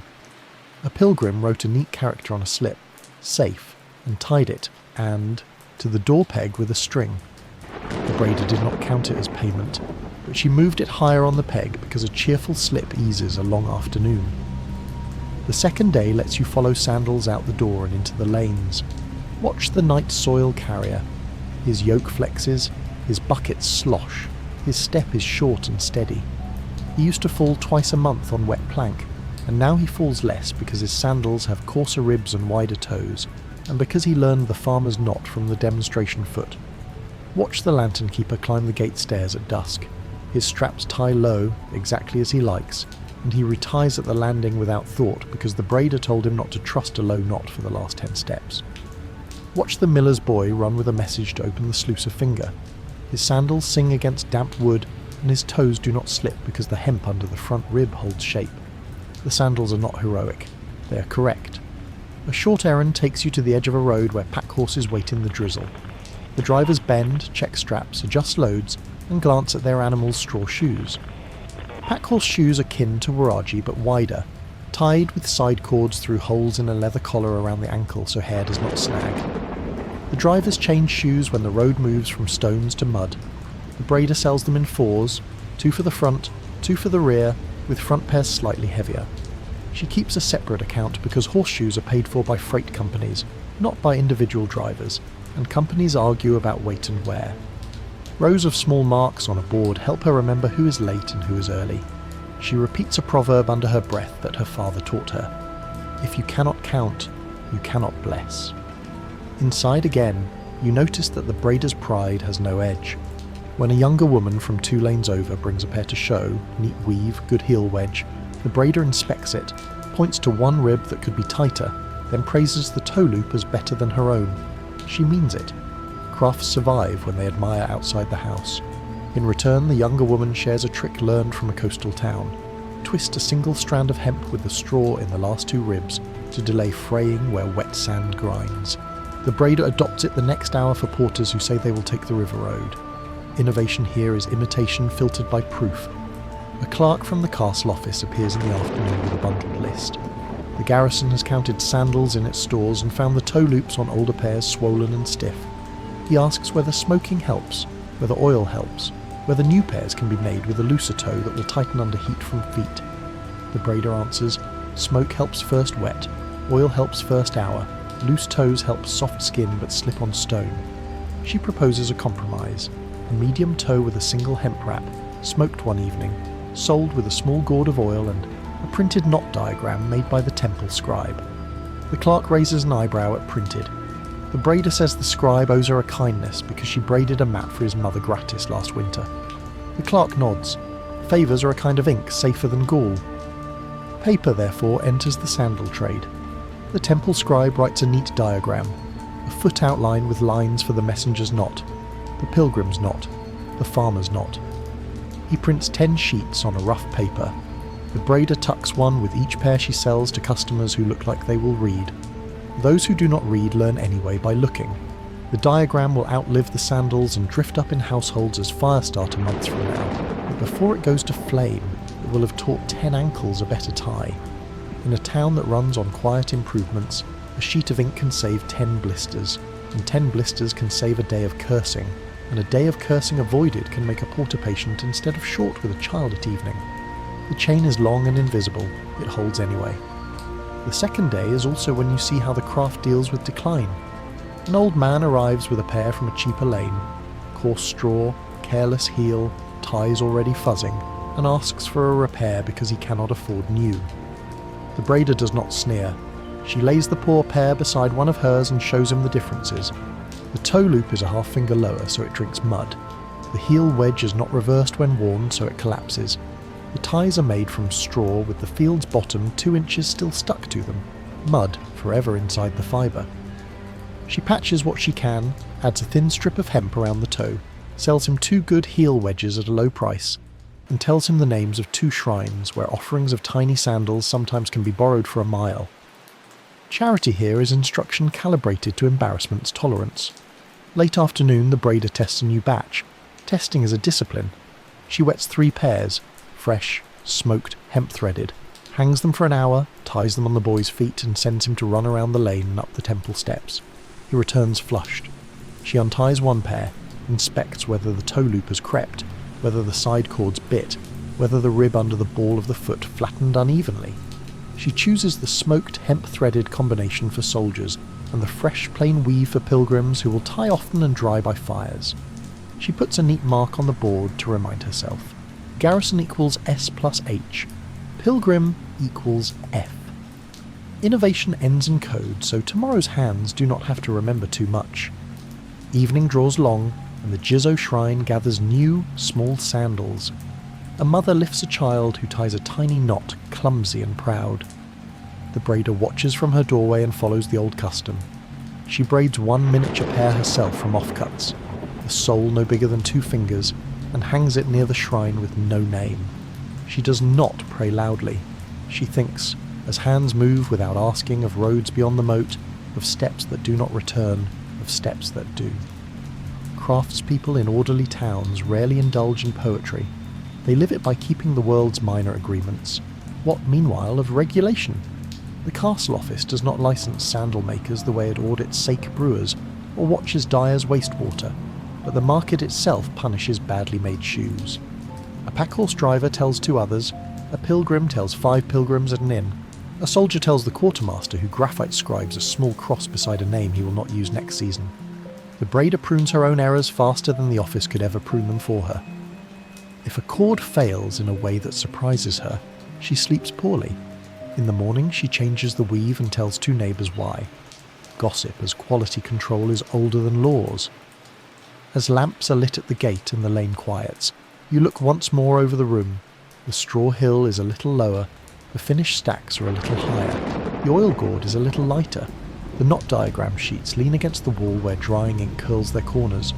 The boy's hands are a little less clumsy, the old man's knees ache a little more, the woman's thumbs bear faint grooves that will deepen over years into lines a fortune teller would read as diligence. Nothing dramatic happened, and yet a garrison will march 1 step surer tomorrow. A porter will cross a wet plank without dropping a load. A pilgrim will loosen a knot at noon and arrive at dusk with skin intact. Boredom, when practised well, is mercy in disguise. You leave with a small, plain question you cannot shake, the kind that belongs to people who take the long view rather than the loud one.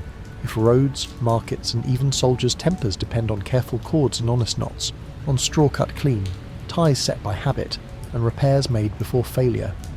What phrase first when a town grows careless? The sandals underfoot, the patience in the lane, or the trust that tomorrow's steps will still carry their weight?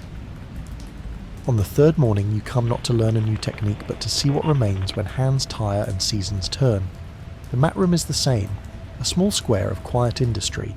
The straw hill is lower, the finished stacks higher, and the ledger board shows lines struck through orders already fetched. In a century that names lords and battles, the measure of a town is often simpler, where the feet leave home with something decent between skin and road. Today the braider begins with repairs.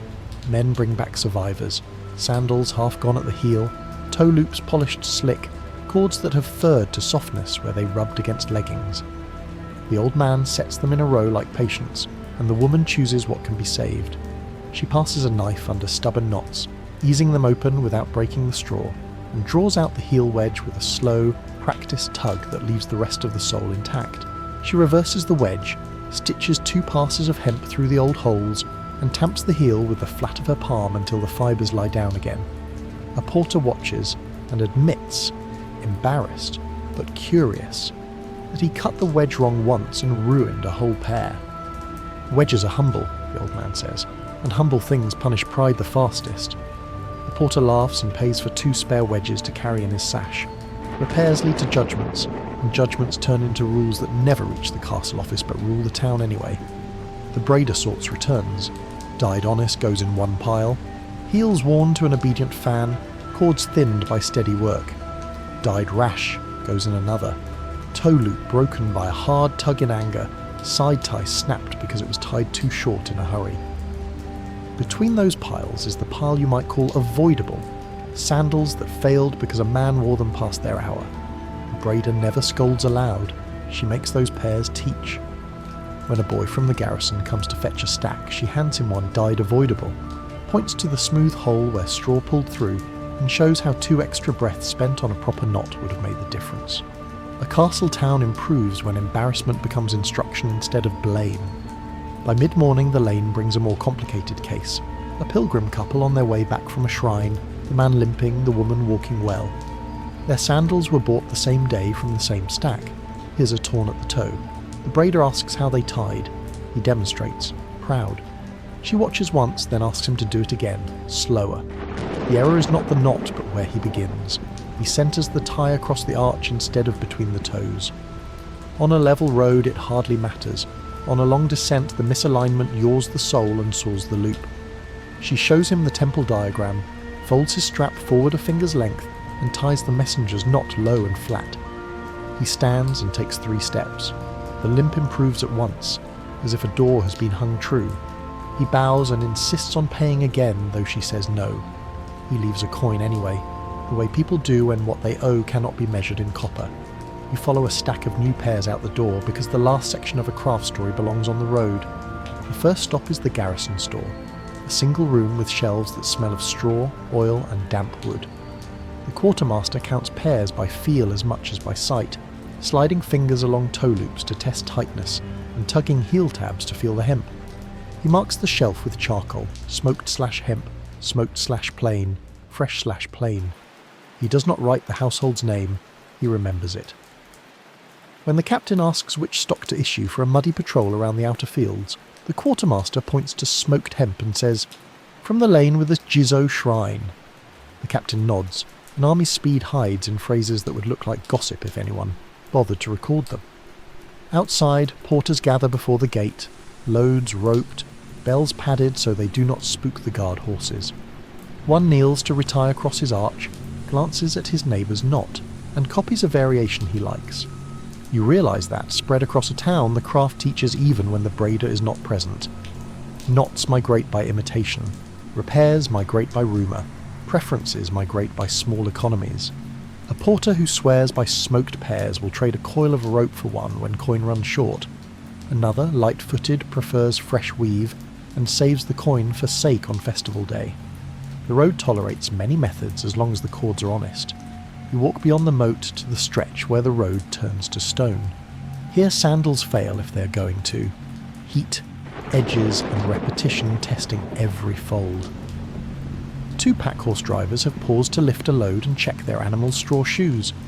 Their talk is technical, not sentimental.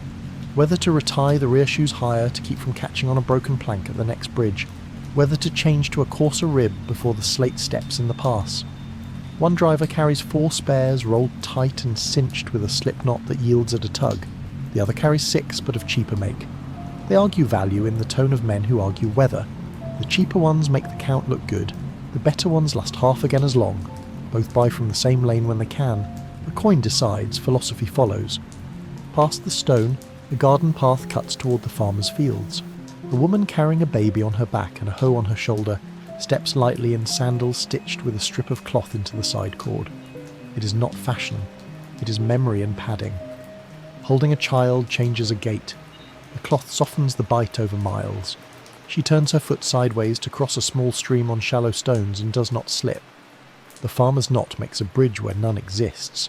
You return at midday for a different kind of conclusion, a lesson in failure's prevention. The braider teaches the boy the last skill a shop must have to survive, knowing when to stop. She sees his shoulders rise with eagerness to finish one more stack and sets a limit. 10 pairs, then cord, she says. He frowns. She points to a faint fray at the base of his last toe loop, so small you would miss it unless you had made 5,000 before. Hands lie to you when they're tired, she says, not unkindly. He unravels that loop, rebraids it slower, and nods. The shop is not a battlefield, but its casualties are real. Wasted straw, bad knots, missed patterns. Restraint is part of craft. The afternoon brings an inspector of a sort, though not from the office. The temple scribe stops by with new prints of the knot diagram. He has improved it. The lines are darker, and he has added a tiny hand by the toe loop showing the direction to pull before crossing. He asks no coin. The braider gives him 2 smoked pears for his father's winter walks.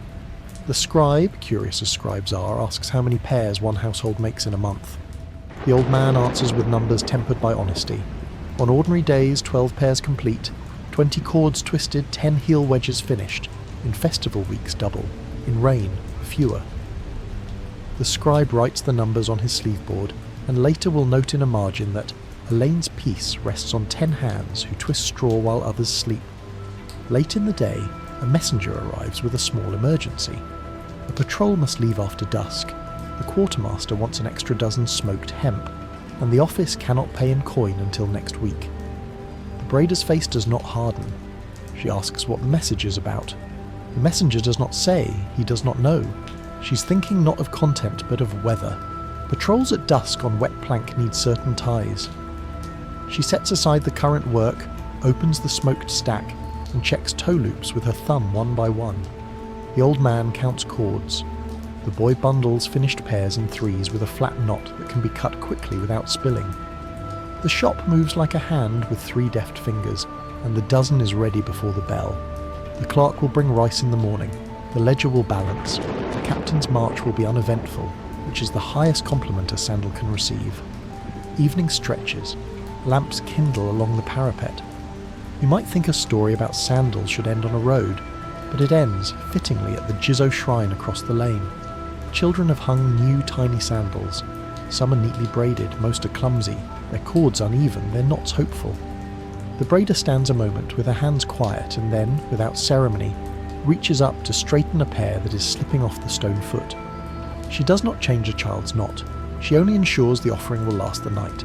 A town survives this way, by small, unannounced corrections that let imperfect efforts keep their dignity. What, then, is the resolution of Waraji? Not a triumph, but a steady result. The garrison walks without delay across damp planks.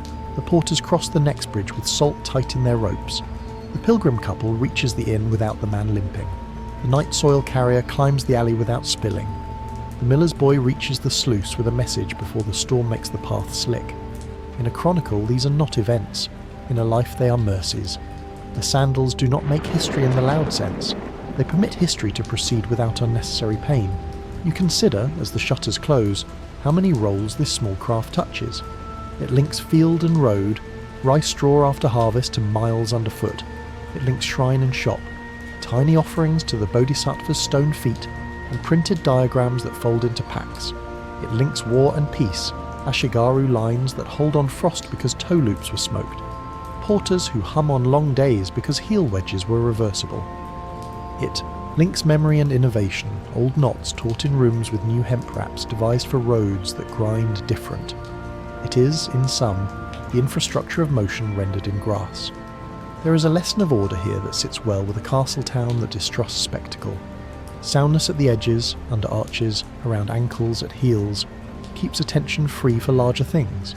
People who walk without pain think more generously. People who stand without slipping stand longer. People whose feet are dry at dusk are patient with children. If you want to see the political effect of Waraji, you look for tempers that do not flare and tasks that finish on time. A lord may believe his authority lives in walls, banners and ledgers. It does, partly. But it also lives in sandals that do not fail when a message must cross wet wood at night. As for the craft's future, You hear hints even in this muted century. Some talk of thicker cords wound with strips of cloth from worn-out garments for winter marches. A dyer proposes soaking ties in a weak lye to resist mildew. A carpenter suggests making a shallow foot form for children, so they can practice knots on something that does not wriggle. These are not revolutions, they are refinements. If you return in 5 years, the sandals will look the same to an inattentive eye, and be better to an attentive foot.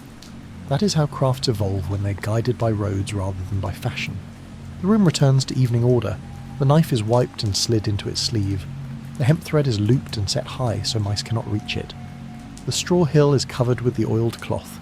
Finished stacks are moved away from the wall for a hand's breadth so air will pass and mildew will not find them. The ledgerboard's marks are copied onto a narrow paper with neat characters. Pairs finished, cords twisted, wedges made, repairs completed, credit extended, rice received. The old man blows out the brazier. The boy closes the shutter. The woman unties her sleeves and rubs her thumbs where grooves will one day deepen. Nothing about this looks heroic. It is simply correct. And your last thought, the one appropriate to a town that prefers continuity over clamour, is not a question about glory, but about stewardship. If the pace and temper of a place depend on 1,000 small perishable things done well by ordinary hands, if roads remain passable because cords hold and patience is woven into knots, how will you know in your own time that the quiet crafts are still being tended, and what quiet fraying would warn you that something essential at the edge of comfort is coming undone? Needles follow the mat's edge, hemp tape smooths corners, rooms remember rank by borders, and footsteps learn manners one stitched length at a time. You enter a room that looks empty until you realise it is full of rules. The floor is a quiet field, pale as dry barley, cut into rectangles that are not merely rectangles. Each mat is a measure, each measure a promise, and around each mat runs a narrow ribbon, the edge, that tells you, if you know how to read, who sits where, who speaks first, where a cup should be set down, where a foot must never fall. In a 15th century castle town, long after the On-in War loosened the capital's joints and sent households to build new centres, a great deal of order is held in cloth no wider than 2 fingers. To understand it, you visit the edge binders. The workshop smells like summer in storage. Rush, guza, dried to a sweet hay scent, the faint starch of wheat paste, the woody tang of cypress used for thresholds and frames. Along one wall stand straw cores, warra, compressed into dense loaves by hands and mallets. Against another wall are bolts of tatami berry, the edging cloths. Some plain hemp, some patterned with small diamonds, some dyed so deep a blue they look black in lamplight. A few brocade strips with threads that catch like fish scales when the sun finds them. On the floor rests the long table where mats are measured, squared, laced, and stitched. It is scarred in a way that tells you blades have worked here for years and always in straight lines. The master binder, a man with careful thumbs, lifts a core from the stack. The core is not just straw bundled and flattened, it has been layered, coarser straw in the middle, finer toward the faces, all pinned by reed skewers that keep the mass from creeping as it is worked. He lays a goza, the woven rush cover, over one face. The goza's weft is regular as temple bell beats. The warp runs long, greenish at first, fading to straw colour as it dries. He fingers the selvage and nods. A mat that will last must begin with a cover that keeps its temper. Tools are few, but each has a place. A sumitsubo, ink line, snaps a straight mark on the goza so the cut will be square. A kogatana, a small knife, slices the rush clean rather than crushing it. An awl opens a path for heavy thread. A mallet kisses the edges into true after each seam. Needles are thick and slightly curved. Thread is twisted hemp, beeswaxed so it runs without tearing the rush. For joining cover to core, there is a long split bamboo needle you did not know existed. It feeds the thread through itself like a throat, and hums a little when pulled. Before edging comes truth. The master and his apprentice check the measure against the room for which this mat is destined. In this age, modules vary. A Kyoto-influenced town might favour a longer ken. An Eastern lord's compound tends to shorter. Even within one castle, the shuin, study, may ask for a slightly different cut than the guardroom. The master keeps 3 yardsticks, each burnished from handling, marked in characters, Kyoma, Chu Kyoma, and a third ticked as gatehouse. He lays the stick along the core, mutters the measure, and chalks a small mark on the end. Mats are not simple rectangles to be tossed anywhere. Each is part of a room diagram drawn in the carpenter's book, where pillars, alcoves and hearth cutouts are planned to the half finger. A mat that is a finger too long humbles a carpenter. A mat that is a finger too short humiliates the binder. Neither error is forgotten. Squaring is labour and ritual. The master sets 2 straight edges, a pair of cypress strips true from many years planing, along the core's sides, then tensions the goza cover with a rope and wedges so the rush lies without ripple. The apprentice runs a palm along the face, feeling for swellings where straw has bunched. A mallet persuades those to evenness. Only when the surface lies so calm that lamplight does not break along it, does the master take up the needle. He stitches the cover to the core with a ladder of hidden knots. The thread passes through rush, then straw, then rush again, never biting the surface so tight that the weave pinches. He leaves, here and there, a slack as thin as a hair. Room for the mat to breathe and not crack when winter air dries it hard as paper. Now the visible part, the thing the city's memory will hold, the edge. The apprentice brings a strip of tatami berry from the shelf and lays it along the mat's long side. This is not decoration in the way a festival lantern is decoration. Berry is a sentence in cloth. The simplest plain hemp edge belongs in rooms where people eat and drowse. A small diamond pattern speaks of a clerkly space. The speckled blue often favoured where ledgers open and sleeves smell of ink.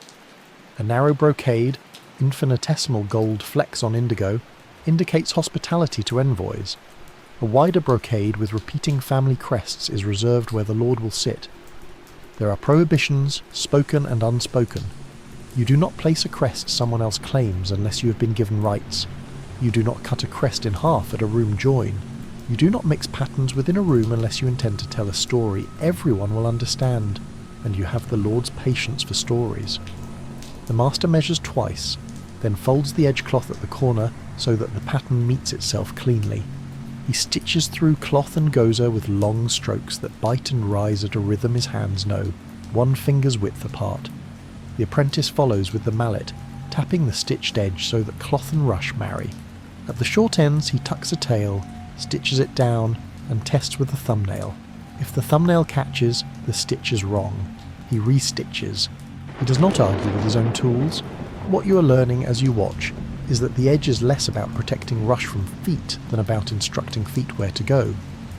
In a lord's reception room, mats are arranged so that the seams do not cross in front of the place of honour. A guest's eyes should not fall on a cross like a crossroads when he bows. In a small show-in, an alcove, tokonoma, receives a hanging scroll and a flower.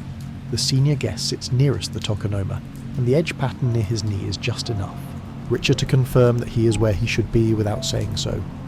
Children learn not to step on edges, not because cloth is fragile, but because edges are lines of speech. To step on a line is to interrupt. Supply runs back to fields and dies. The rush used for goza is cut in summer from marsh plots outside the town, bundled and dried under eaves where air moves but sun does not scorch. Women sort the stalks by length and pliancy, comb them with split bamboo, and weave covers on low looms. Dyers supply the colour in edge cloth. Indigo vats sit in their lane like quiet ponds, each with a skin that a careful hand lifts before stirring. Ash lye from burned reed, rice bran ferment, and patients make blues that do not bleed onto white tabby socks. For brocade, merchants from the capital bring narrow rolls dear enough to make a binder lock his cupboard at night. Silk edges are stitched only in the rooms that require sandals to be removed. It is a minor insult to bring grit-soled feet near silk. There is maintenance. Mats are not permanent. They are a kind of breathing furniture. In the damp season, rooms are aired. Mushiboshi, bug drying. Days when shutters are opened, mats lifted, edges brushed with a whisk, cores tapped so that spiders and worse decide to move along. The binder earns coin, rice, or favour by rotating mats, flipping this one, swapping that one, re-edging where a sleeve's repeated brush has polished the cloth thin. A careful household tracks the calendar so that rotations coincide with temple days. There is merit in small regularity, and less argument about chores when bells already tell people to pause. The edge speaks to hierarchy even among servants. In a castle's guardroom the mats are often half-size, plain-edged, arranged so spears rest without bruising rush. In the steward's office, the edges are tighter and bluer, and chairs, rare, low, used for ledgers, rest on small felt pads so the gozer does not wear to a shine that betrays where men lean. In the inner residence, where the Lord's mother receives, brocade edges repeat a restrained pattern. A maid knows exactly where to kneel by reading edge joins with her peripheral vision. If a new maid scatters trays beyond the boundary of the edge, another gently moves them. No rebuke is necessary if the cloth itself can teach. The binder's work touches carpenter's work. In this century, the building module, the ken, guides column spacing. Over time, it will harmonise with mat dimensions so rooms can be counted in mats, 6, 8, 10. Already, in this town, a carpenter will consult a binder about slight variance in mat thickness if a threshold sits proud by a finger and threatens to catch the edge. "Plane the sill," a hasty man says. "No," says the binder, "plane the sill and the wind will find the room in winter. Let me compress the core one more course and stitch the edge with 2 extra passes at the lift." He will then add privately a whisper of paste between edge cloth and rush at that mouth, so that when a prince's sleeve brushes there, it does not snag.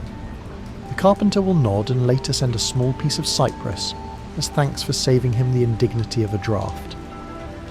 Tea culture creeps in like a neighbour, turning into a friend. In this century, in quiet rooms, men practice a taste for restraint, wabi, and the layout of mats begins to matter as choreography rather than merely furniture. A hearth, row, is cut into a mat for winter. In summer it is covered, and the edge binder makes a special frame with cloth that can be lifted and set without changing the line. Host and guest move along edges like ink along ruled paper. A heel set correctly, just off the cloth, says more than a speech about respect. The binder, who rarely attends a formal tea, nonetheless has his hand in it. He ensures the frame fits, the edge lies flat so that tea scoops do not clatter when set down, and the cloth can be swapped season to season without a visible scar. Boredom, as ever, is a casing for significance. Stitch, mallet, stitch, mallet. The apprentice learns to pull the thread until it sings. Not too high a note, too tight, not too low, too loose. He learns to double the stitch at corners where sleeves worry the cloth. He learns to keep a ledger, whose rooms took plain hemp, who paid for diamond, who owes 2 measures of rice at harvest in exchange for in spring re-edging. His master insists that the apprentice be the one to carry a finished mat to a house, and to place it with both hands and a bow. A mat is a favour, he says. Let people see the face that makes their favours. Feeding the craft are small economies. Farmers who grow rush sell their longest, straightest stalks to gozer weavers. Shorter or kinked ones go to rope. Very short become brush. Dyers trade indigo scum, blue-green foam from the vat, to a binder's wife, who uses it to polish the needle's eye so thread passes without abrasion. A brocade merchant takes, as part payment, a promise that his crest edges will be kept for his clients alone. The binder keeps the promise by locking the cupboard and by memory. A steward, whose office pays in rice late some months, sends a side of dried fish after a good spring tide. The binder's family eats better, and the steward's room smells less of mildew because mats were rotated on time.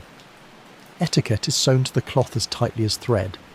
In a reception, a tray is set down not across a seam but along it. The edge provides a tiny rise that helps hands feel stability. A guest who shifts forward does not let his knee stray over a brocade. If his robe brushes the cloth repeatedly, a maid notices and interposes a cushion, not to cushion the guest, but to protect the story the edge is telling from being smudged by ignorance. To step on an edge is to step on a sentence. It is also practically to grind grit into a place where twine holds rush to straw. Politeness and maintenance face the same. Direction here. Failures teach. In a damp year, the edges in the steward's room mildewed in one corner, smudging blue onto white socks. The binder came in the next morning, lifted the mat, found the wall weeping behind the plaster where a sill had wicked rain, and told the plasterer. The plasterer tapped and listened, then replastered with lime slaked longer, and added a small clay lip at the foot so water would run outward.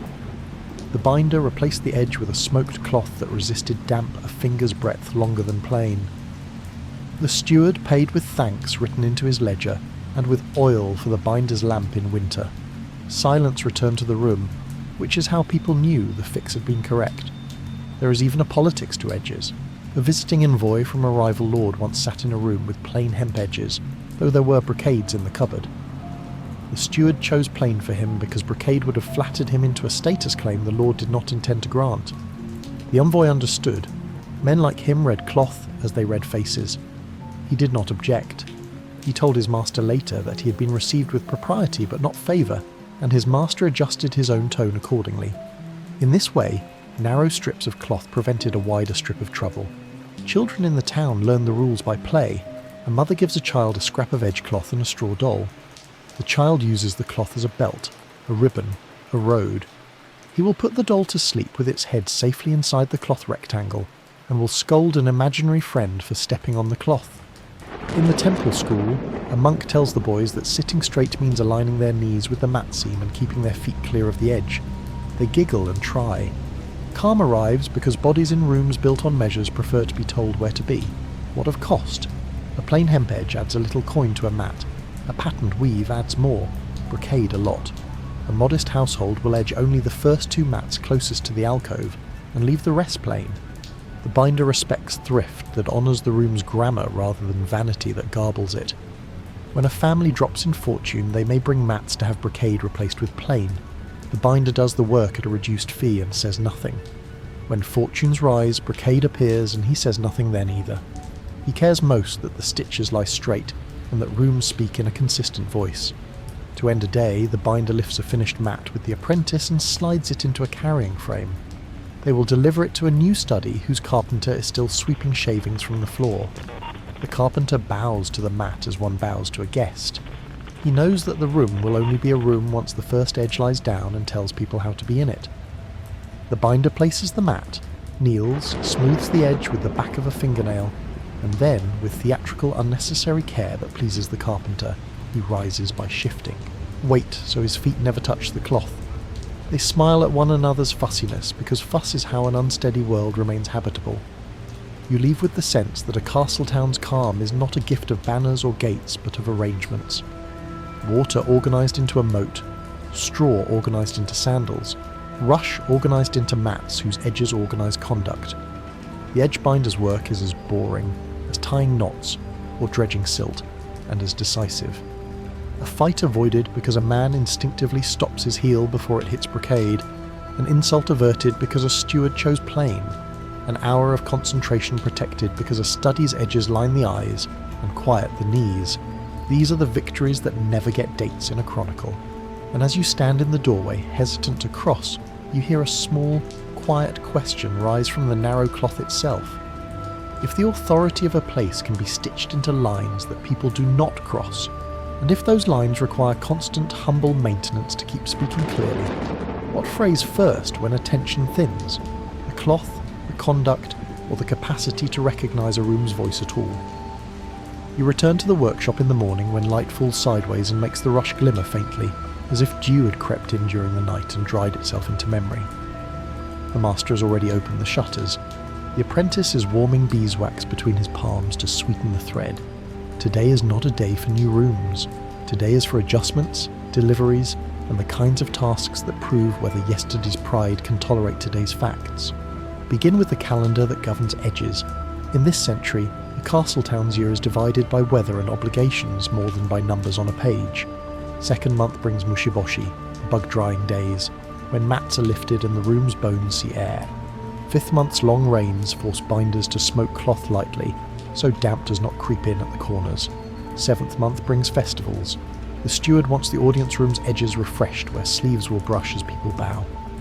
Ninth month is for tea gatherings when the wind cools.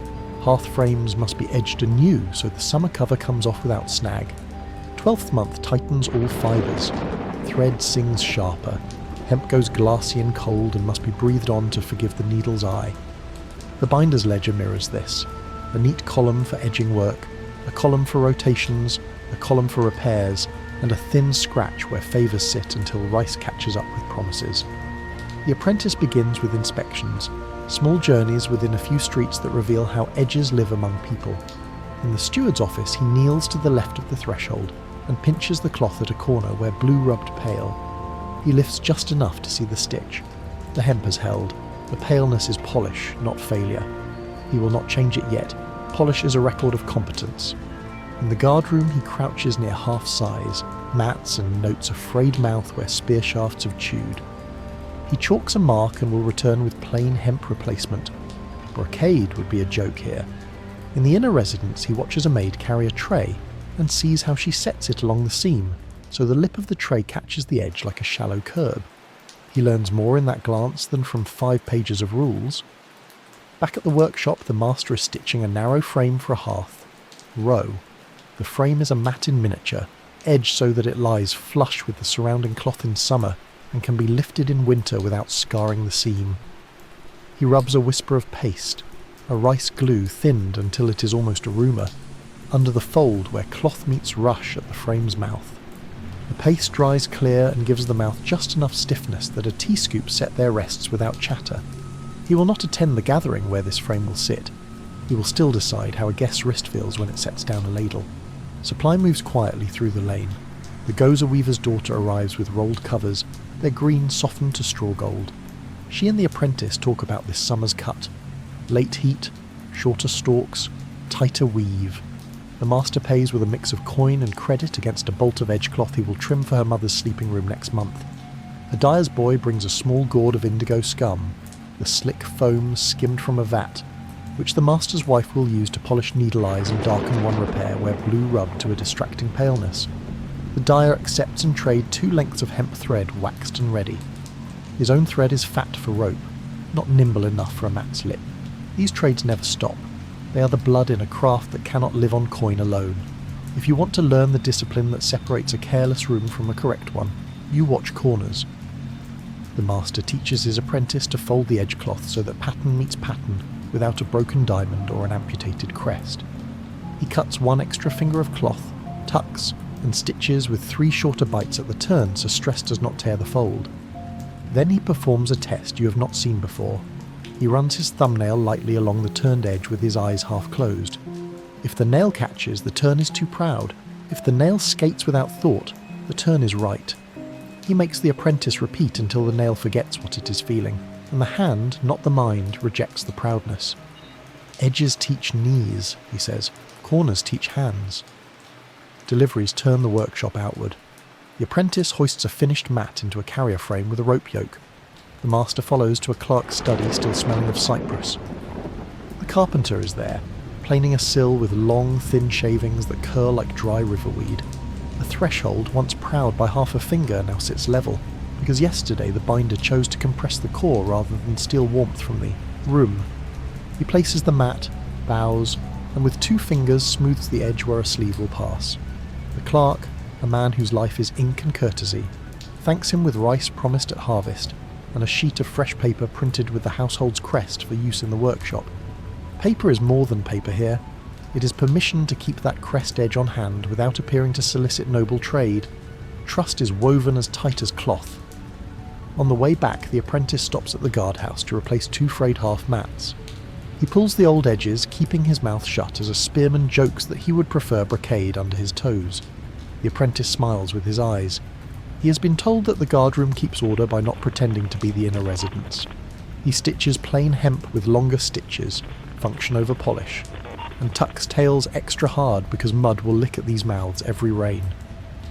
A guard tests the new mat by standing with wet soles and turning his heel deliberately.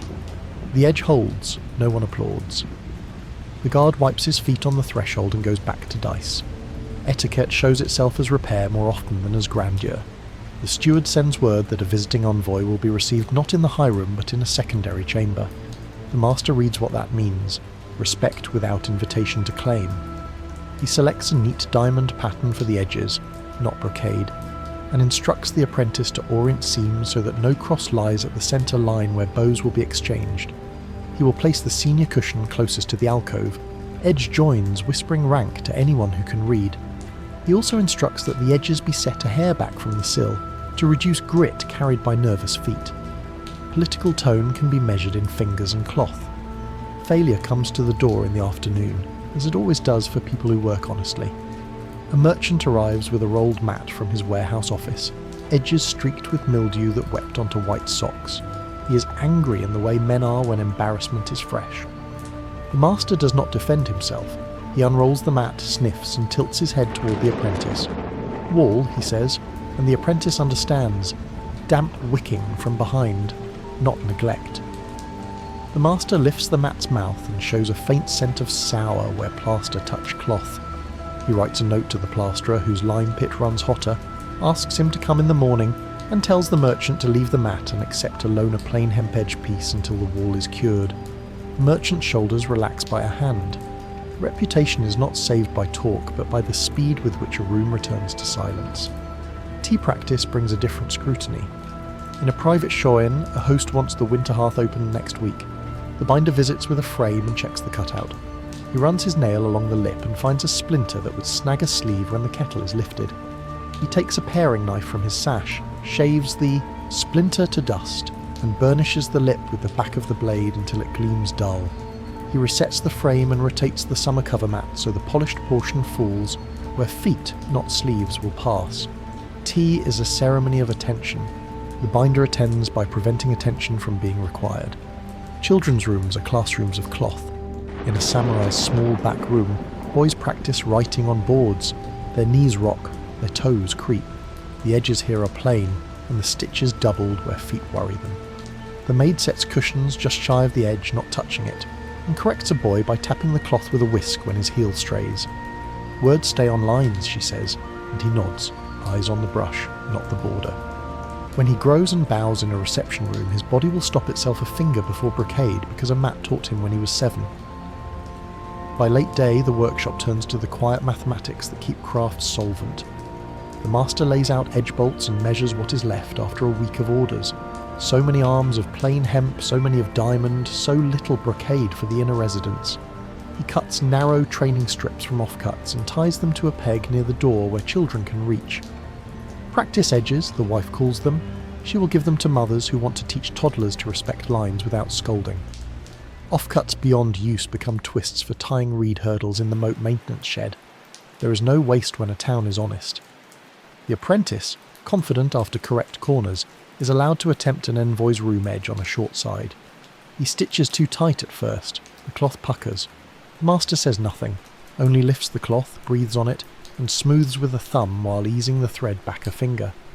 The apprentice's ears redden. He adjusts and finds the note of the thread again. The small music between too tight and too loose. Crafts mature when embarrassment is absorbed by technique instead of pulled into shame. In the alley, a dyer leans in to ask if the binder will edge 2 small kneeling pads for his vats. The pads will lie where men tread to lift cloth and dye splashes will try to creep. The binder refuses brocade with a smile and offers smoked hemp edge pads, stitched with a coarse bite that sheds liquid. He asks the dyer in return to soak a length of plain cloth in a weak bath to mute its brightness.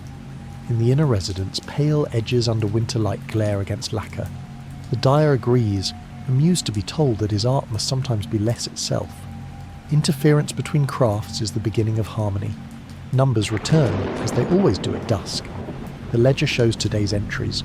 2 replacements, guardroom, plain. 1 loan at a merchant, 1 hearth frame summer cover, 1 envoy room partial re-edge scheduled, 1 study delivered and accepted, 3 inspections scheduled, 1 plasterer summoned for damp.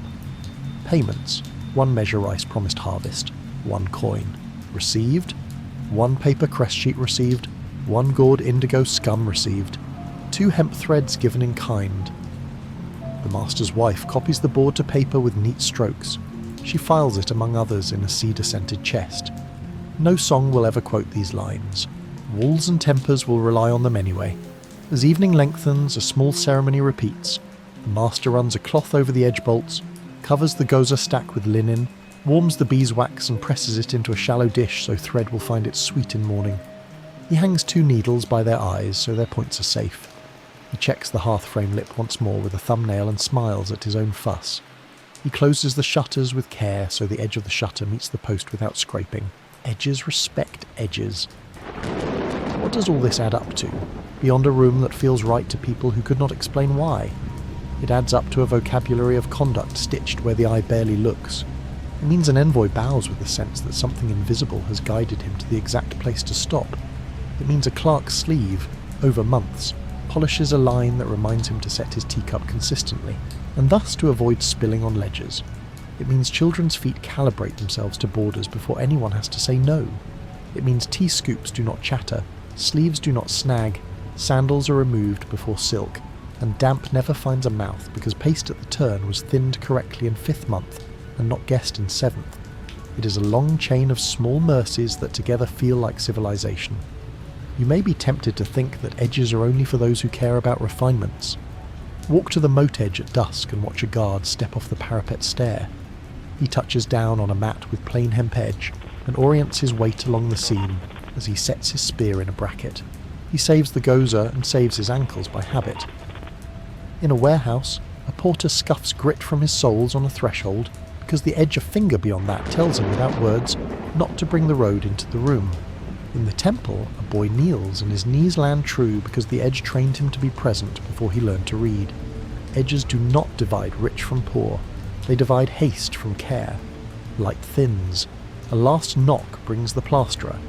He and the binder stand in the merchant's room, lift the mildewed mat and tap the weeping wall with knuckles. The plasterer listens, hears hollowness near the sill, and marks a rectangle to cut and rework.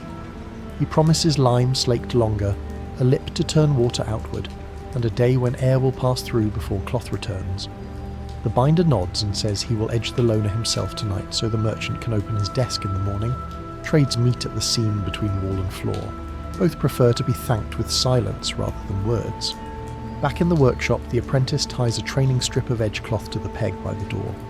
2 children, still dusty, from the lane, run fingers along it and begin to play a game you recognise from 100 houses.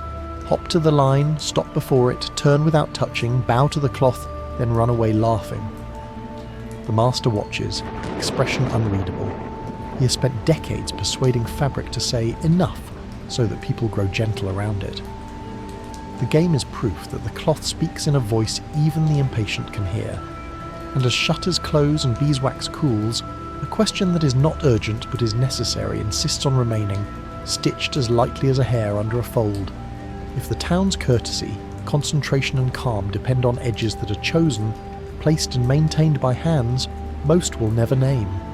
If restraint lives in cloth, and cloth depends on attention, what happens first when that attention loosens? Do corners begin to snag? Do greetings drift off their marks? Or does the room itself unlearn how to tell people, kindly, where to be? You come on a third day to watch what endings look like in a craft whose aim is to leave no mark. The workshop is orderly as ever, bolts of edge cloth, a stack of gozer covers, the beeswax dish with its thumbprint. But today the master has set aside new work. We close circles, he says, which in this town means repairs finished, rooms retuned, the weak returned to level. If the moat taught you that safety is the absence of drama, and the warrigy taught you that endurance is the absence of pain, the edgebinder will teach you that dignity is the absence of friction. The morning begins with a return to a room you saw only in parts, the envoy chamber. Yesterday's edging has settled. The seams lie like calm lanes across a field. The steward enters first and stands at the threshold to read the room as a host reads a guest's face. He lowers his gaze until the edges themselves take the shape of speech. Diamonds small and regular, respect not favour. Seams oriented away from the exchange line, no accidental cross where bows will meet. Brocade absent, no permission to claim kinship. It is a grammar in cloth, and because the grammar is correct, the steward's shoulders loosen by a finger. The binder notices. His work is to make other men forget their shoulders. You kneel with him and watch something few visitors ever see, edges tested by rehearsal. The steward walks the envoy's path with socked feet, turning at the seam where he will pivot after the third bow. He listens for rustle. None. He sets a tray down along a seam, half on the edge to see if it chatters. It does not. He slides a cushion a hair, just enough so its front welt kisses the edge, and checks that the welt does not snag. It does not. What reads as serene inevitability, you realise, is an accumulation of tests so small they do not even deserve to be called tests. On the way out you pass a carpentered screen whose base once snagged sleeves. The binder had rubbed a whisper of paste under the lip of the edge there last season. The paste has held its tongue. Sleeves pass without complaint. Half the craft, he says, is preventing what no one will thank you for preventing. It sounds like a joke, and is not. A messenger meets you in the lane with a mat rolled in a protective cover, an inner residence piece with a crest edge dulled by years. The family has fallen on harder times and asks for the brocade to be replaced with plain hemp. You expect sadness. You find relief. The wife opens the sliding door and bows with a mixture of apology and resolve. The master does not say, "I remember when we stitched this brocade." He says, "Plain will let the room speak softly again," and he means it. He unpicks the edge with gentle speed, counting stitches under his breath so he does not tug too hard and bruise the goza. He offers to keep a single finger width of crest in the cupboard with the family's name, for when fortune returns or when a grandson grows curious. She smiles at the thought that cloth can keep faith. There are edges made for passages of life that a ledger cannot price. By mid-morning the temple bell sounds in a slow pattern. A boy has died. A small service will be held in a side hall. The monk asks for 2 narrow kneeling pads edged in smoked hemp, so wet sleeves will not stain them, and for a simple mat with plain edge to set before the altar. No crest, no pattern that implies rank, only the dignity of correct lines. The binder makes them quick because this town believes that grief deserves speed without haste. He stitches with twice the usual bite so the cloth will not creep when hands press. At the hall, the mats tell people where to be without the monk having to lift his voice. Even here, where sorrow is loud inside, the edges ask for quiet and the quiet arrives. Fire is this century's most reliable ruin, and it is an edgebinder's unvoiced fear, not because flames destroy mats, but because smoke teaches heedlessness. After a fire, people drag, hurry, forget to listen to rooms. When a cookhouse blaze gutters a warehouse row near the moat road, the binder walks there the next afternoon with a bundle of plain-edged half mats under his arm. He lays them at thresholds where scorched boards would otherwise splinter socks and sandals. He does not invoice. He records a thin scratch in his ledger under fire favour, and the steward will repay in oil and rice when the tally's made. He also watches how new walls are set, and quietly reminds a carpenter to bring a sill down a finger so edges will not sit proud. In a town that survives fires by narrowing what can catch, the binder narrows what can trip. You see the crafts reach into war not through banners, but through margins. A captain confers with the steward about moving the garrison's map table from a chilly study to a warmer room. The binder measures the new room's hearth cover and edges a temporary sleeve so the table's legs will not bruise the goza when slid into place. He also edges 4 small felt pads to sit between leg and mat, and because he has seen what ink does to rush, he lays a plain hemp runner along the seam where the captain's sleeve will swing. Later, when a messenger reports that the map survived a stormy night unblotched, the captain will not think of hemp runners, he will think of luck. Some crafts are content to be mistaken for luck.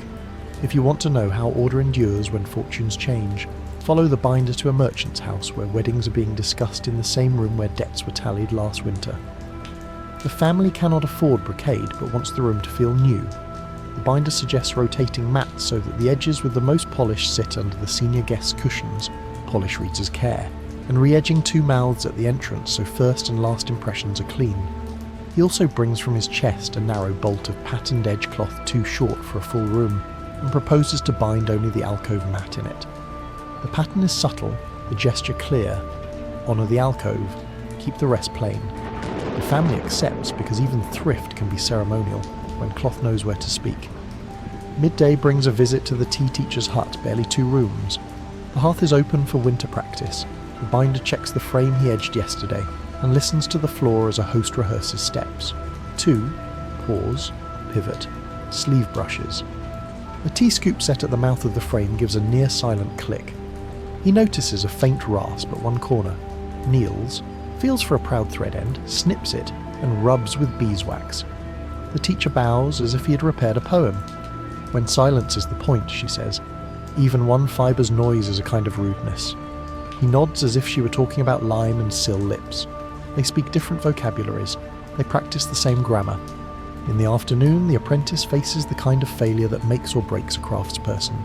An edge he stitched yesterday has crept a hair's breadth from its line in a clerk's study.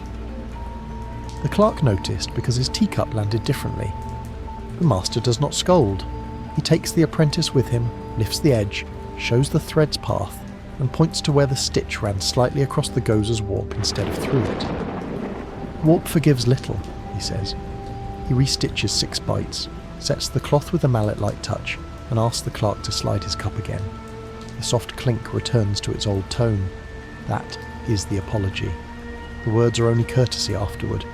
The apprentice will not make that angle again. The cup's sound has corrected him better than any lecture.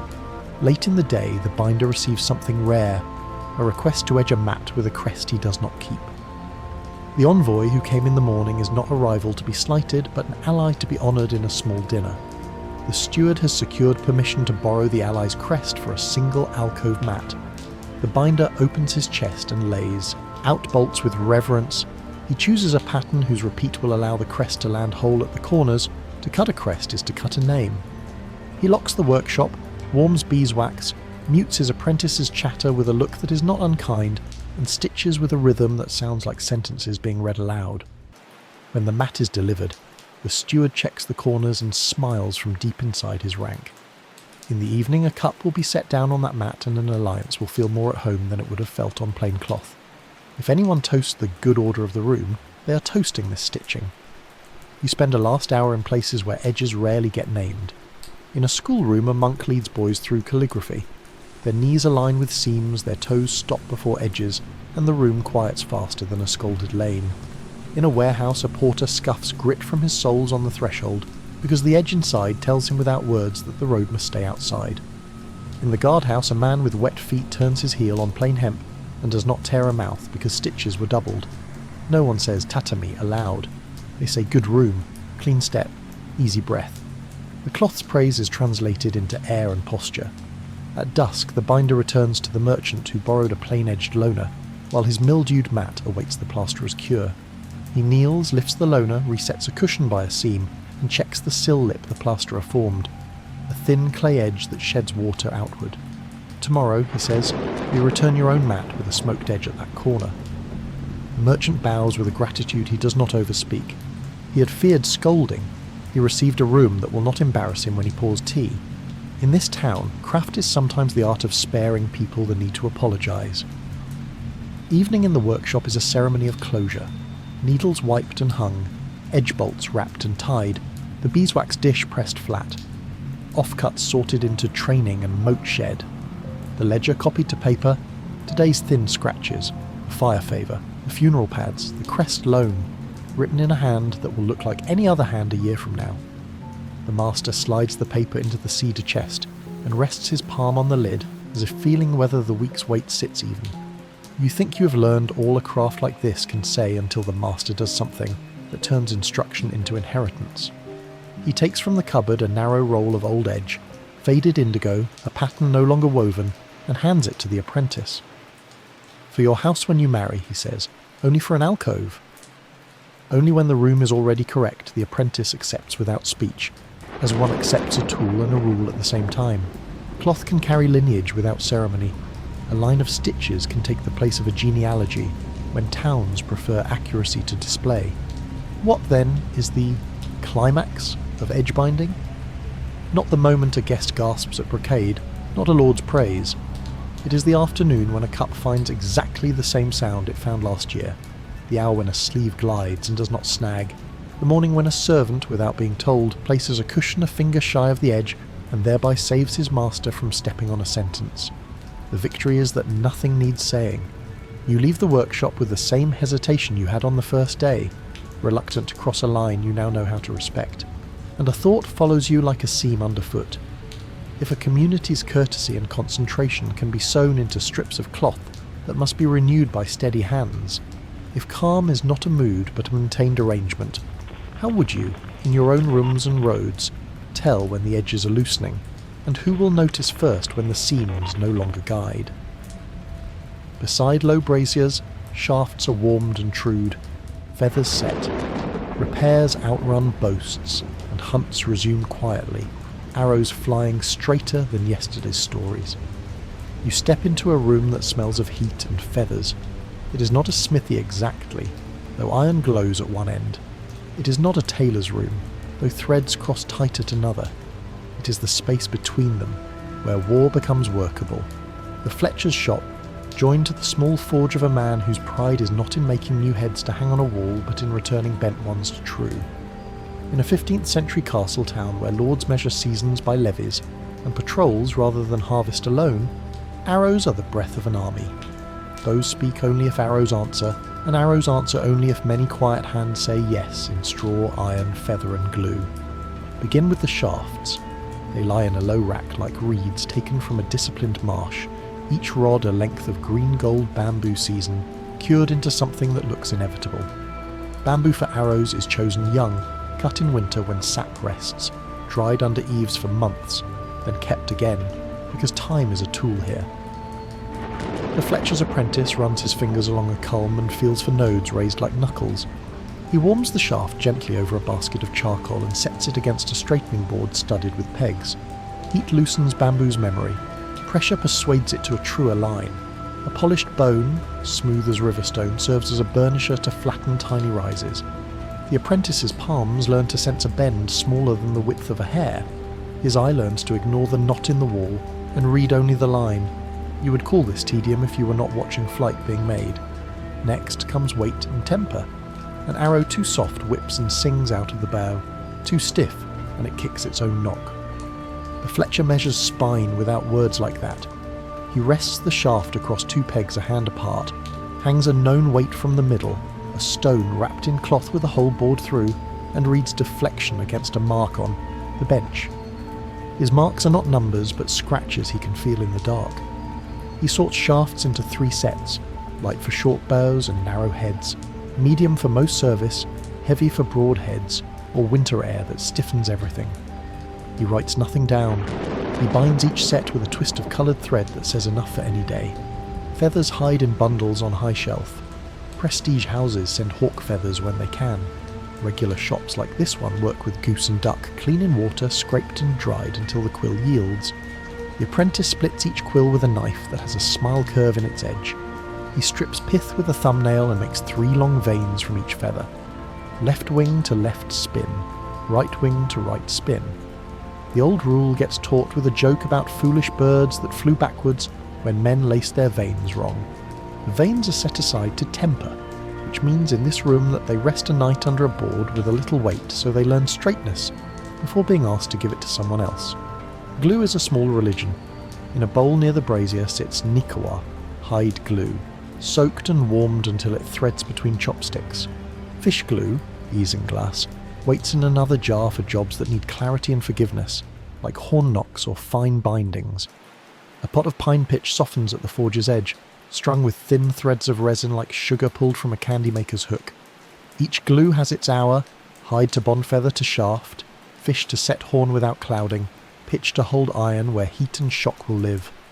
The fletcher touches each with a fingertip and knows by tack and smell which will work. He keeps a rag oiled with rapeseed under a stone to wipe stray glue before it cures into mistakes he cannot sand out. At the forge, a man with square hands lifts a bent arrowhead with tongs and lays it on a narrow anvil whose face is slightly crowned. He is a straightener, not a famous smith. His pride is the ordinary miracle of returning iron to use. Heads have come back from drill and hunt and quarrel with their business ends humbled. Tips mushroomed from striking stone, barbs twisted from a poor release, sockets and tangs bent by men who pulled sideways in panic. He heats the head to the colour of barley tea, no brighter, else temper dies, and taps with a hammer that has edges softer than a swordsmith's tool. He wants coaxing, not scolding. The tap-tap-tap lays down burrs, trues a line, opens a barb. A little quench in a bucket clouded with oil keeps temper honest. He scrapes the faces on a stone wetted with a handful of water and reads their flatness not by light, but by the sound of the scrape. He does not seek polish, he seeks geometry. The heads themselves tell stories. You see slender spikes that would worry armour and slip between lames, broad willow leaf shapes that make a big mouth in an unarmoured side, forked cutters meant as much for rope and banner as for flesh, bulbous whistling, heads drilled so that launched arrow will howl, a signal at dawn or a warning to spirits depending on who stands listening. The straightener treats them alike. Iron is iron, true is true. He files tangs clean where rust has swelled them and wipes with oil. Later the tang will push into bamboo and be bound by thread and pitch until wood and metal forget they were separate. Knocks are the fletcher's quiet anchors. A simple notch cut in bamboo works for rough service, but most arrows bound for a lord's levierne horn. A sliver is cut from water buffalo horn, shaped to a U, glued into a shaved socket at the shaft's end, and bound with silk finer than hair.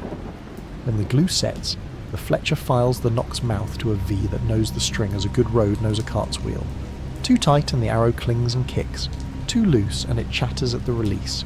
He tests on a string stretched between pegs, listening for the tone. A dry, quick kiss. He files a hair more until the kiss is clean every time. You learn that accuracy is sometimes a noise, not a mark on paper. Fletching is a choreography. A jig on the bench holds a shaft above 3 little uprights spaced by a wooden circle carved with 3 marks. The fletcher paints a line of glue along the shaft, sets the first vein by sight, pins it with a thread that has had a day to drink glue, and spins the shaft a 3rd turn to set the 2nd. He offsets them a little so the arrow will spin in flight. Not too much. Too strong a spin asks a small feather to do a big man's work and steals speed. He ties the ends with silk thread. A dozen calm turns, then paints the binding with a wash of lacquer so morning dew will bead and run. If feathers ruffle against a sleeve when a man crawls under a fence, lacquered thread keeps them from unzipping their scents. Arrows are not sold one by one. They live in sheaves that share weight, spine and height of fletch. The fletcher binds 6 with a straw tie and boxes 4 sheaves to a bundle. A clerk from the castle office counts bundles by touch, not sight. He can tell if one is lighter or hushed after years of carrying them upstairs. Payment comes in rice measured against sheaves, with a bit of coin for heads trued and hornset. The office's ledger is plain. 4 bundles, medium spine, willow leaf heads, lacquered binding. 1 sheaf, whistling heads for signal to tower. The fletcher's ledger is plainer, thin scratches on a board that will be wiped and rewritten, because better than writing is memory that can stand in a lane and turn into action. Training makes the shop a depot for small complaints. A sergeant sends a boy to say the whistling arrows do not howl when released upwind from the south parapet. The straightener takes a head in his fingers, blows through it, hears a flat note, and dips a sliver of reed into the hole to shift the tone. He opens another hole a hair with a rat-tail file. He sends a boy back with 2 test pieces and a note. Try when wind cools at second bell, stand farther from the crenelle. Later that afternoon, a hollow moan tumbles across the moat. The sergeant grunts approval, which travels to the shop as a handful of pickled plums left on the bench.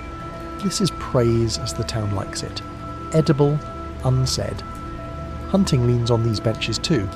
A farmer whose field suffers at night from deer brings a bent broadhead and a story of a missed shot. The straightener trues the head. The fletcher asks about distance and wind. He sets lower feathers, shorter, stiffer, on a shaft of the heavy set so the arrow will keep its nose honest in damp air under trees. He ties a more generous binding near the knock to give a glove purchase in cold. He charges little. The farmer brings in return a side of dried boar when luck turns. A town's defence is not only walls, it is fields kept from hunger by tools that do not excuse themselves. Not every arrow returns for repair. Broken shafts become dowels for small fixtures. Spent feathers line a child's pillow. Iron too far gone is worked to wedges that split kindling. Waste is a luxury the lane cannot afford. Even the charcoal fines from the brazier are brushed into a jar. The straightener shakes them into oil to make a black paste he rubs onto iron faces to keep rust from writing its own plan. If you stand long enough, you will see the bowmen themselves come. The garrison's archers prefer certain balances the way writers prefer certain brushes. One likes a heavy head and a stubby fletch that lets his spear hand move close on march. Another asks for long, soft feathers that steer more forgivingly when he shoots from a crouch. A hunter wants bright lacquer on binding so he can find a shot that missed and reuse what fate spared. The fletcher does not argue with reasons that end in skin. He records them in coloured thread on the ties and in a phrase to his apprentice. 2 blue wraps for crouch man, red binding for the night soiler's cousin. Clarity is cheaper than pride. There is a place for display, the rack in the castle where special heads hang, forked symbols of authority brought out for parades, a heavy square bodkin that a captain swears once punched a helmet on the northern road, a whistling head as wide as a child's palm that once opened a battle with a howl, meant as much for hearts as for ears. The straightener has touched them all, but he prefers the anonymous heads in the basket, serviceable, ashamed of their bends, eager to be forgiven. Glory is a story other men tell. Repair is a story that repeats. Weather writes its wants on the bench. In the damp season, glue must be warmed longer. Lacquer takes 2 days to cure under paper blinds. Feathers pulled too soon clump. In winter, horn grows brittle and must be breathed on before filing or it flakes. The Fletcher knows to keep a little pot of warm water under a cloth, where horn pieces doze before they are woken to become knocks. The straightener knows to heat the anvil's face very slightly so a cold head laid on it does not drink heat faster than the brazier can give. These are not rules set in ink. They are the room's kindly insistence. Etiquette walks in on feathered feet. At the tower, whistling arrows begin each watch in some towns, a sound that says time has turned to those who live by bells and to those who do not. The Fletcher keeps 4 heads tuned like flutes, and tells the tower man to dry them a night if a storm sits.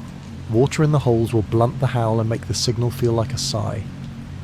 In the courtyard, boys practice at a bale of straw, and the Fletcher walks by once to point at a knock too tight and at a grip too relaxed. Let the string leave, do not push it away, he says. He has learned this not from scrolls, but from the accusations feathers make when people handle them wrong. Then there is storage, the dull spine of competence. Arrows sleep in racks under covers that do not touch the feathers. Heads point down, not to invite rust, but to keep pitch from pooling at tangs in heat. The rack near the door carries broadheads in plain sight to warn casual hands. The whistlers sit in the upper rack where boys cannot borrow them into games. Quivers, when they come in, are shaken over a mat to catch grit. The grit is thrown into the fire instead of back onto the floor, where feathers would find it later.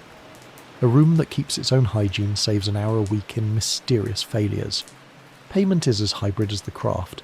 The sergeant's levy orders are counted in sheaves against rice promised in 5th month.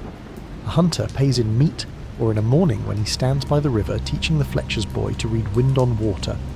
The straightener is paid a measure extra when he returns a dozen heads true that were thought scrap. He is paid again, in spirit, when he hears the clean thunk of an arrow biting straw at drill after a month of dull clatter. He keeps, in a jar, the coins he earns from mending cheap market heads, and with those coins he buys horn enough to put good knocks on 2 sheaves he will donate to the tower after a storm. No one announces this. The town finds out anyway. If you want a glimpse of how repair outruns glory, watch a morning after a patrol skirmish on the far road. A basket of arrows returns like a harvest in need of winnowing. Some whole, some bent, some with feathers chewed by rain and brush. The apprentice sorts, salvageable feathers here, shafts that can be cut down to child's practice length there. Good heads to the straightener, hopeless to the wedge bucket. The Fletcher picks 3 shafts that once flew alike and refits them so they will again, because an archer who has learned the feel of a set should not have his nerve confused by a mismatched stranger. The captain will never know this was done. The sergeant may suspect. The boy who strings his bow will simply not miss left that day. The day ends with the simplest accuracy the shop knows. The straightener trues a final head, holds it up to the door's light, and aligns its shadow with the doorpost. The line is plumb. He smiles as if he had caught a fish with his hands. The Fletcher ties the 3rd vein on a shaft and taps the binding with a fingernail. The lacquer sings a tiny note that says it is set enough to rest in the rack. The apprentice runs a shaft along the straightening board one more time, not because it needs it, but because hands like to end with a thing that admits their work. You leave the room with iron in your nose and feather on your sleeve, and a thought that fits a castle town better than a battle poem ever could. If a garrison's confidence, a farmer's field, and a watchman's hour depend on shafts that stay true, heads that forgive impact, and veins that do the same small work whether anyone watches or not. If the difference between a warning that carries and one that dies in the wind is a hole filed a hair wider, what happens to a town's aim when the straighteners grow scarce, or when haste puts new, shiny, untested heads in racks where repaired, proven ones used to live? You return to the room of heat and feathers on a morning that smells like wet cord and cooling iron. The door has been left a hand's width open to draw the brazier's breath. A line of arrows dries on a rack like reeds after rain. If the first day taught you the pieces, shaft, head, feather, knock, today shows you the pacts that hold them together. Schedules, ledgers, rituals, and the quiet negotiations that let a town send a clean arc into dirty weather. Start with the calendar that governs glue. In a century without clocks that tick, tasks keep time by their own curing. Hide glue sleeps in cold and wakes in warmth. Fish glue shies at heat and likes a shaded bench. Lacquer refuses to be hurried. The Fletcher arranges his day so one material's waiting becomes another material's moment. At first light he warms hide glue to a thread between chopsticks and sets the day's first 3 shafts for fletching. He props them in a cradle so veins do not sag while the binding decides to commit. While glue thinks, he moves to knocks, horn slivers trimmed yesterday, breathed on to forgive the file, fitted with fish glue that dries to a clarity he can trust. Only then, while both kinds of adhesives draw breath, does he turn to lacquer, a thin wash brushed over silk bindings, just enough to be dew, left to settle under a paper blind that hangs from the rafters. If an interruption comes, the office clerk with a list, a sergeant with a complaint, it must fit in the glue's pauses or it will not get attention. The shop's neatness is largely the product of knowing which liquids tell you now and which tell you wait. Supply moves on shoulders and favours. Bamboo for shafts comes bundled from a village upriver where slopes meet sun. A packhorse driver knows to keep the culms from rubbing on bridge rails. Scratches cut. Deeper months later when heat and weight bring out weaknesses. Feathers arrive in sackcloth from a waterfowler who traps and plucks along backwaters. He sells better veins to the great houses. He trades the rest for a repaired hunting head and a promise that, when cold stiffens fingers in the 3rd month, the Fletcher will bind his boy's practice arrows with extra lacquer so wet sleeves cannot peel them. Horn for knocks is scarcer. A merchant with kin near a pasture brings thin plates cut from water buffalo horn, not from deer. Deer horn is beautiful but brittle, fit for decoration, not for the small violence of the string. The Fletcher pays partly in coin, partly in a bundle of repaired broadheads the merchant's cousins can use to keep boar from their fields. Coin, meat, favour, each a different glue. Repair has its own economy. The straightener sets a shallow wooden tray by his anvil and drops into it the small filings that mingle when he trues faces. In another shop such filings would be swept away. Here they are stirred into oil to make the black paste you saw him rub on iron at day's end. He hoards short, sound shaft cut-offs and sells them to a toy maker who drills them and strings them as tops for winter markets. Children learn to read rotation with their hands before they meet a bow. He saves quills too narrow to bind and trades them to a scribe whose brushes benefit from stiff cores in their handles. Nothing goes out as trash if it can go out as preparation. The garrison's drills draw lines that lead back to this bench. On days when Ashigaru practice volley fire, the sergeant sends word 2 mornings early so the shop can finish bundles with matched spine and height of fletch. 4 sheaves, medium spine, narrow fletch, the boy says, reciting with pride he has not earned yet. The Fletcher answers without looking up. Tell your sergeant. Wind after second bell yesterday leaned from the southeast. Today it will return from the north after the temple bell.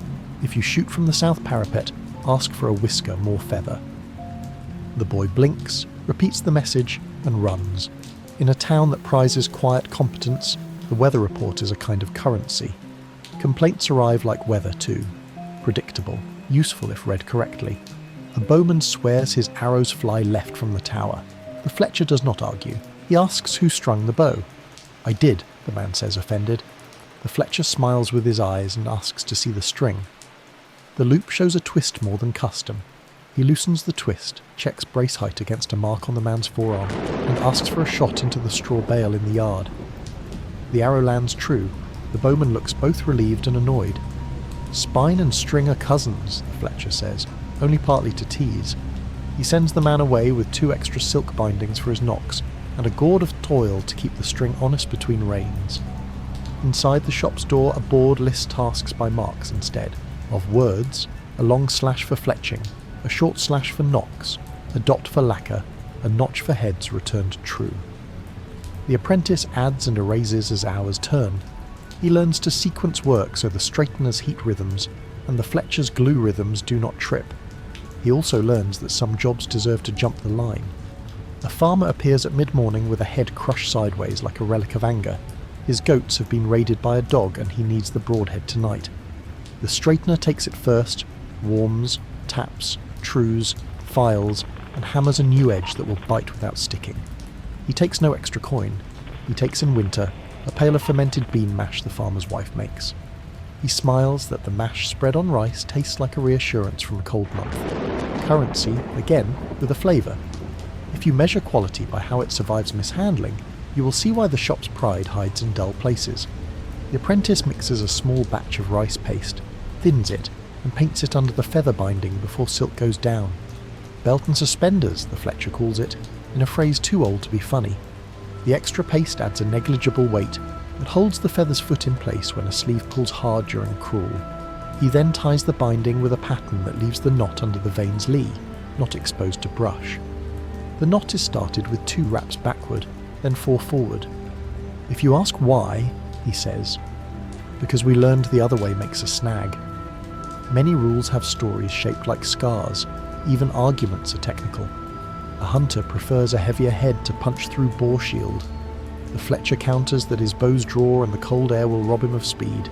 They settle on a compromise, head weight a hair below the hunter's vanity, feathers a finger taller, shaft selected from the heavy spine rack. The Fletcher pushes the tang deeper into the shaft and binds farther along with silk, so the push does not split the bamboo in a cold snap. He files the edge with a slow, even stroke so it bites without hanging. The hunter leaves with 3 arrows and the knowledge that he has been argued with for his good, not shamed for his wish. Religion touches the bench without claiming it. The temple requests a set of whistling heads, for the bell striker to signal festival starts when fog swallows sound. The straightener drills holes with a hand brace and a file, then tunes each by blowing and by ear, adding reed slivers until notes step from low to higher like a scale. The monk comes at dusk and tries one from the courtyard. The sound is not a howl, but a round, hollow call that folds around buildings and returns from the moat as if the water answered. The monk nods, leaves a small packet of tea and says that good sound, like good ink, prefers to be guided by small holes rather than forced through big ones. The straightener rubs his jaw and thinks that the same could be said for temper. You see the shop's attention to storage when weather threatens. A shower sweeps through, and the apprentice moves racks 3 steps away from the door. Damp air does not ruin feathers, but it makes them salt. He flips a blind over the lacquered bindings and checks the paper for gloss. A dull sheen says the lacquer has agreed to hold hands with silk. He loosens the brazier's drawer a little so glue will not skin over and trap bubbles. He keeps a brush in warm water by the hearth, not for lacquer, but to wet stones. Heads prefer to be trued on stones that just remember water. The straightener, watching clouds, decides to warm his anvil's face with a coal, a trick you saw on the first day. He taps a face with a fingernail and listens for a duller ring. The metal will not drink heat as greedily now. These are not superstitions. These are the shop's meteorology. The garrison's levy ties the shop into the town's arithmetic. The clerk arrives with a list.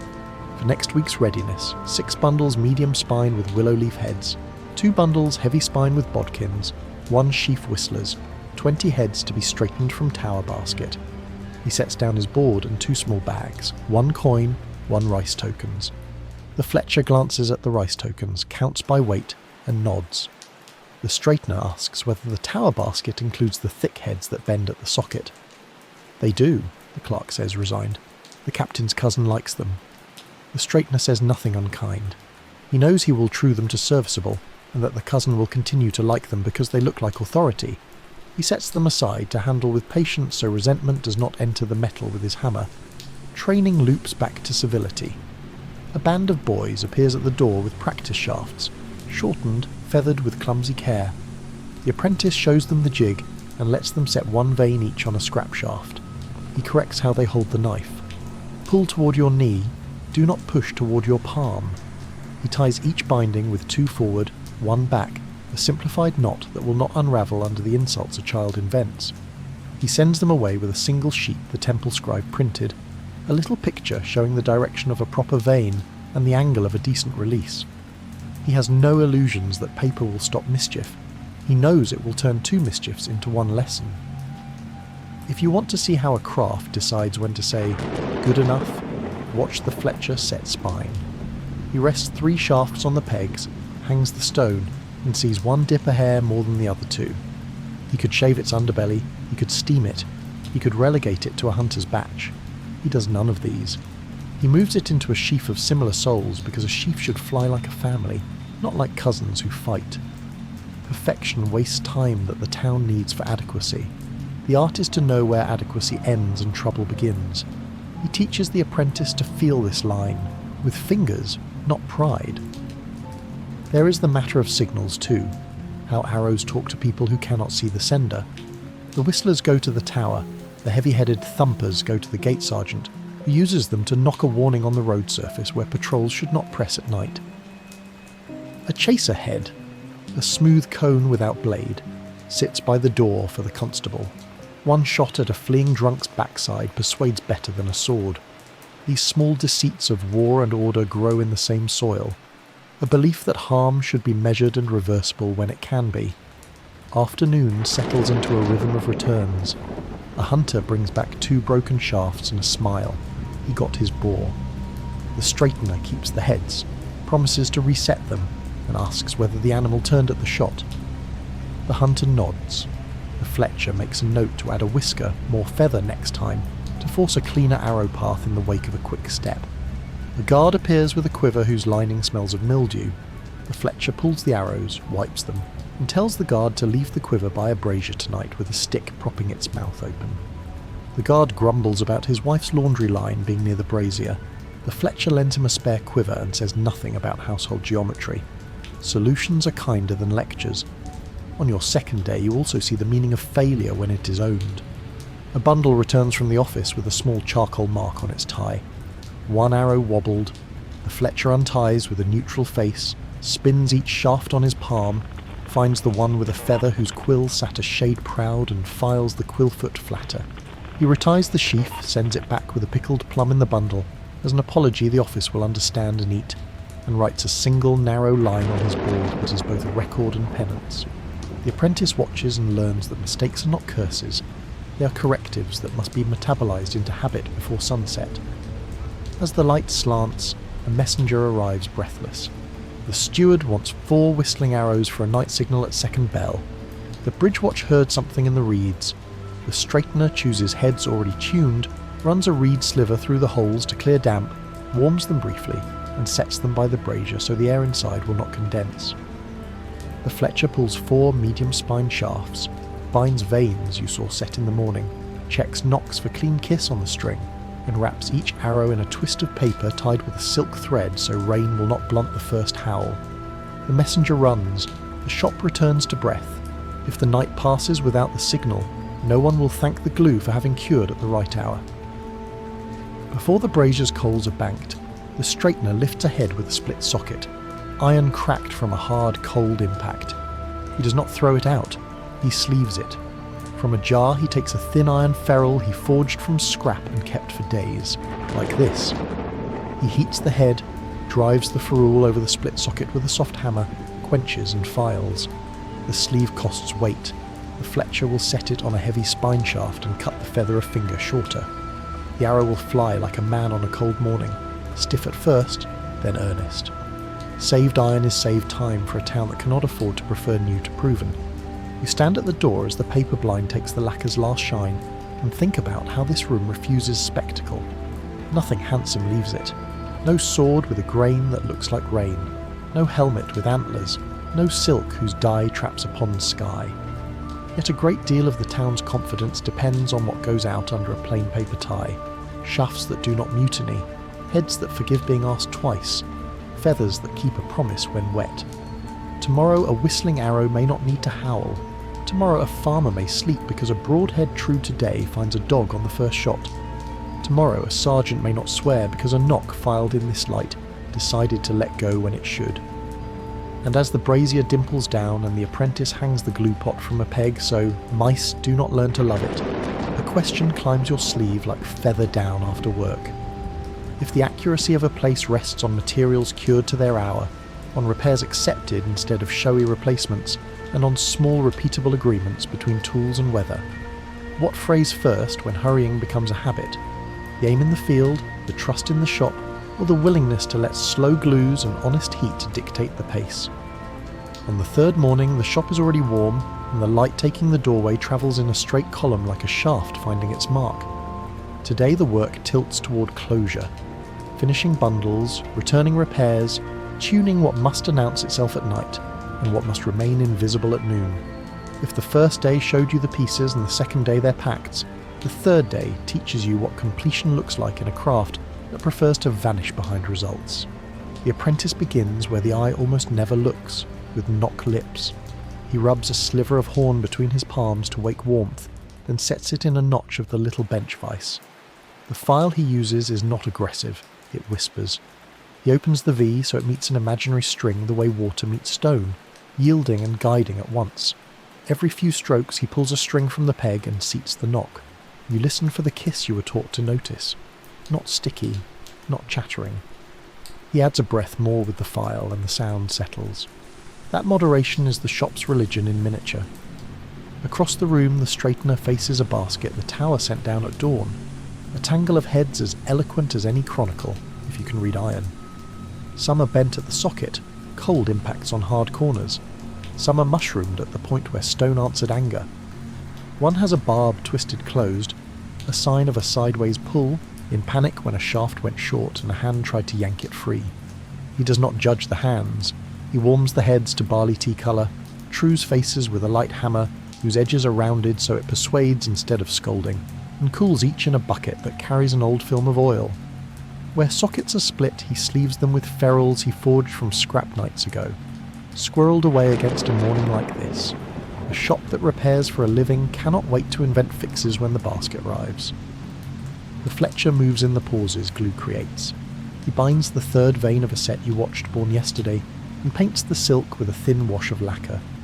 He raises a paper blind and watches how the shine dulls to obedience, then lowers the blind and steps away. He will not rush it. Instead, he checks spine on 3 shafts with his 2 pegs and stone test.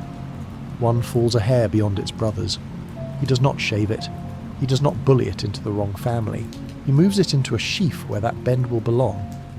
You are learning that in this room, correction sometimes means reassignment, not force. Deliveries begin. A clerk arrives clutching a board. 4 bundles with medium spine and willow leaf heads, 2 with heavy spine and bodkins, and 4 whistlers tuned for a night signal if the reeds talk again. The Fletcher sets the bundles on the table, and the clerk tests by touch, in a way particular to men who inventory tools. He draws his fingers along feathers and feels for a misaligned quill. He pinches the binding where lacquer should have closed. He weighs the bundle in his hands without looking at it. Satisfied, he places 2 rice tokens on the bench and a small gourd tied with red thread. "Oil for your strings," he says, as if mentioning weather. The Fletcher nods. In a town that prefers steadiness, payment often arrives as maintenance rather than applause. Outside, a hunter waits with a story he does not dramatise. Boar sign at the beanfield, wind pooling cold at dusk, a track that bends at the stream. He wants 3 heavy shafts with slightly shorter fletch, and heads that will drive rather than slice. The straightener chooses 3 broadheads he tuned already, and files their faces not to razors hang, but to a clean, even bite.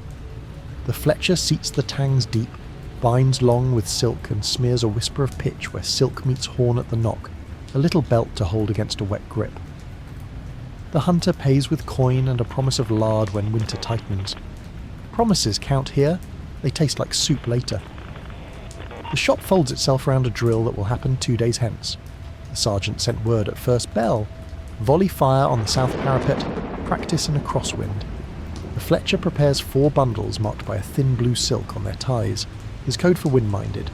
The veins stand a finger taller, the spine is medium leaning heavy, and the knocks have a hair more bite so they behave under impatient releases.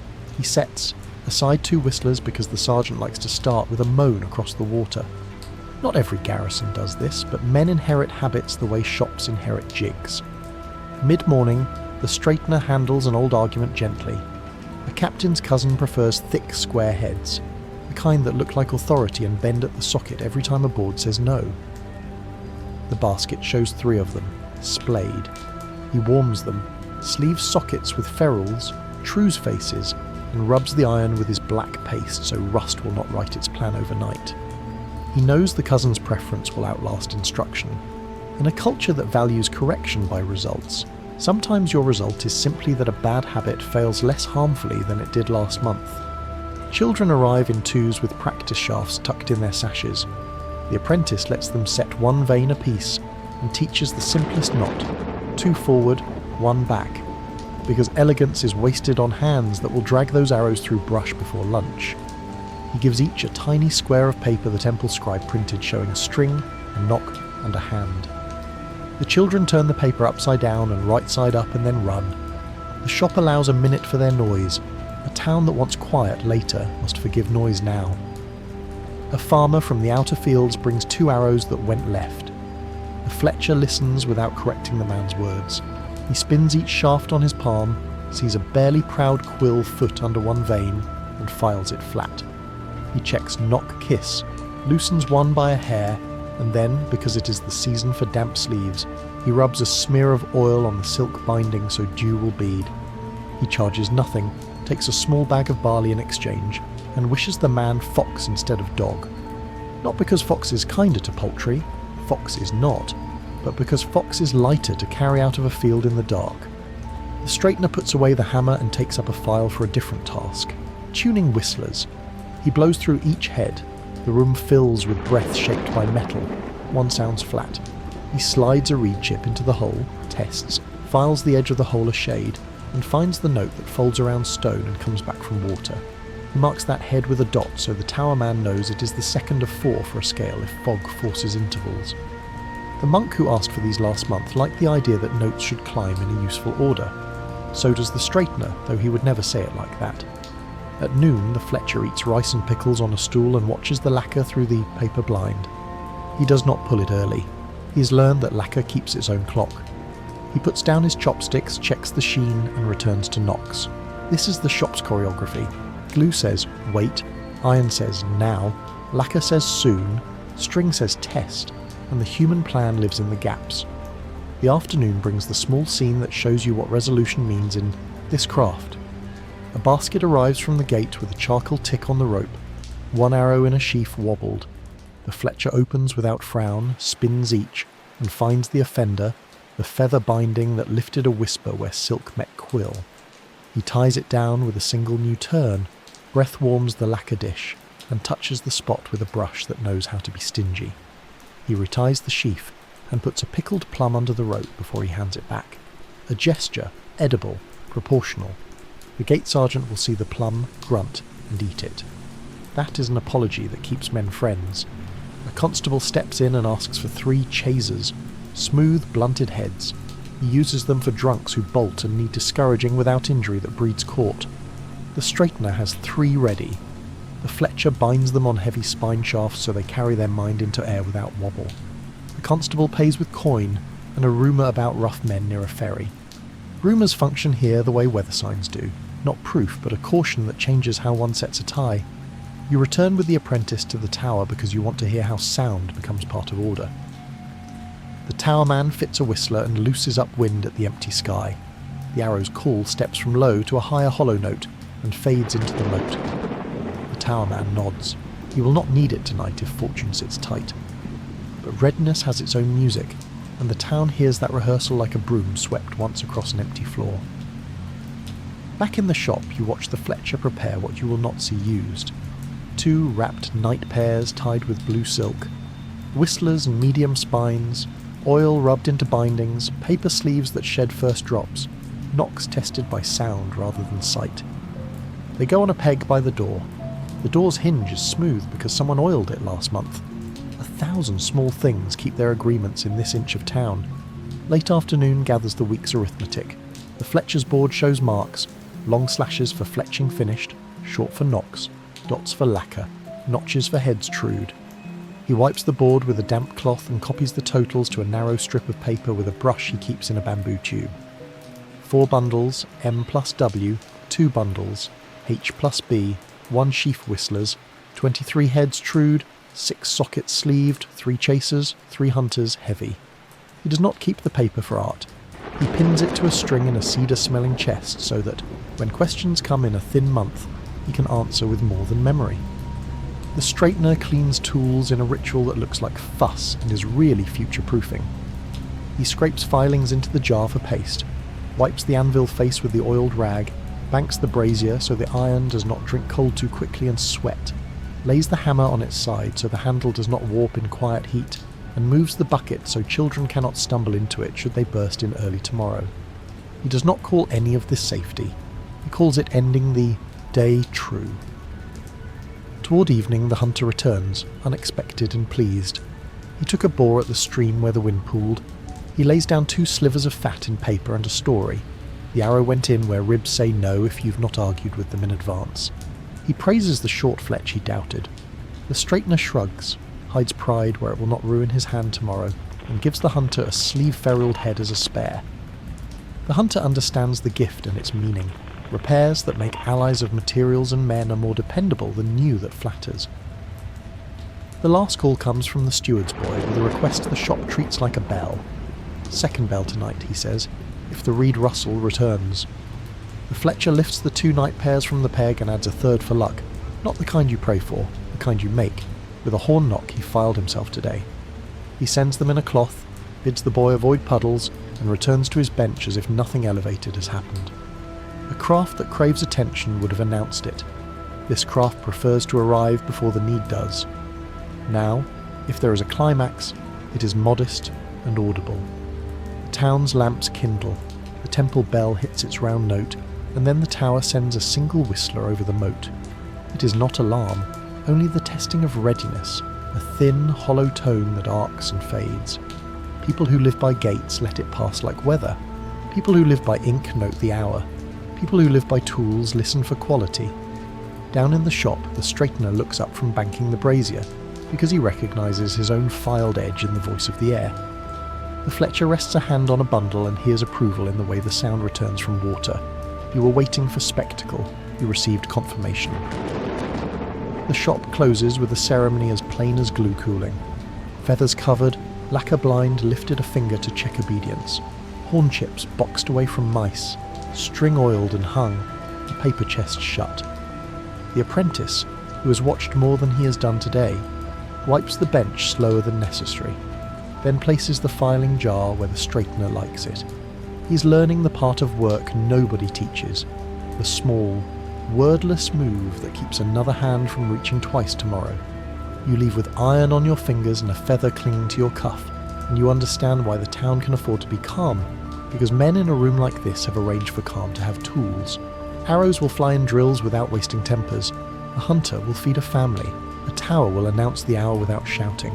A gate will keep its dignity when a fool runs. None of that will change a chronicle's arc. All of it will spare a day needless lurch. If you want a single sentence to carry away, it is this. The distinction between new and repaired matters less than the distinction between untested and proven. A straightened head that has forgiven stone will forgive again. A horn knock that kisses clean tonight will kiss clean next week. A feather bound with silk and a little lacquer will keep its promise under sleeve and rain. Glory is a story, reliability is a habit. And so, you step into the lane where the light has turned to the colour of lacquer before it dulls, and a simple, serviceable question follows you the way a reed chip follows a tuned whistler. If so much steadiness depends on rooms that make the tested serviceable again, on repairs accepted as a virtue and schedules that bow to glues and heat, how will you notice, in your own places, when novelty begins to outrun proof, when replacements crowd out the trusted, or when the small, boring fixes that keep aim true stop happening because no one thought to save a ferrule for a split socket?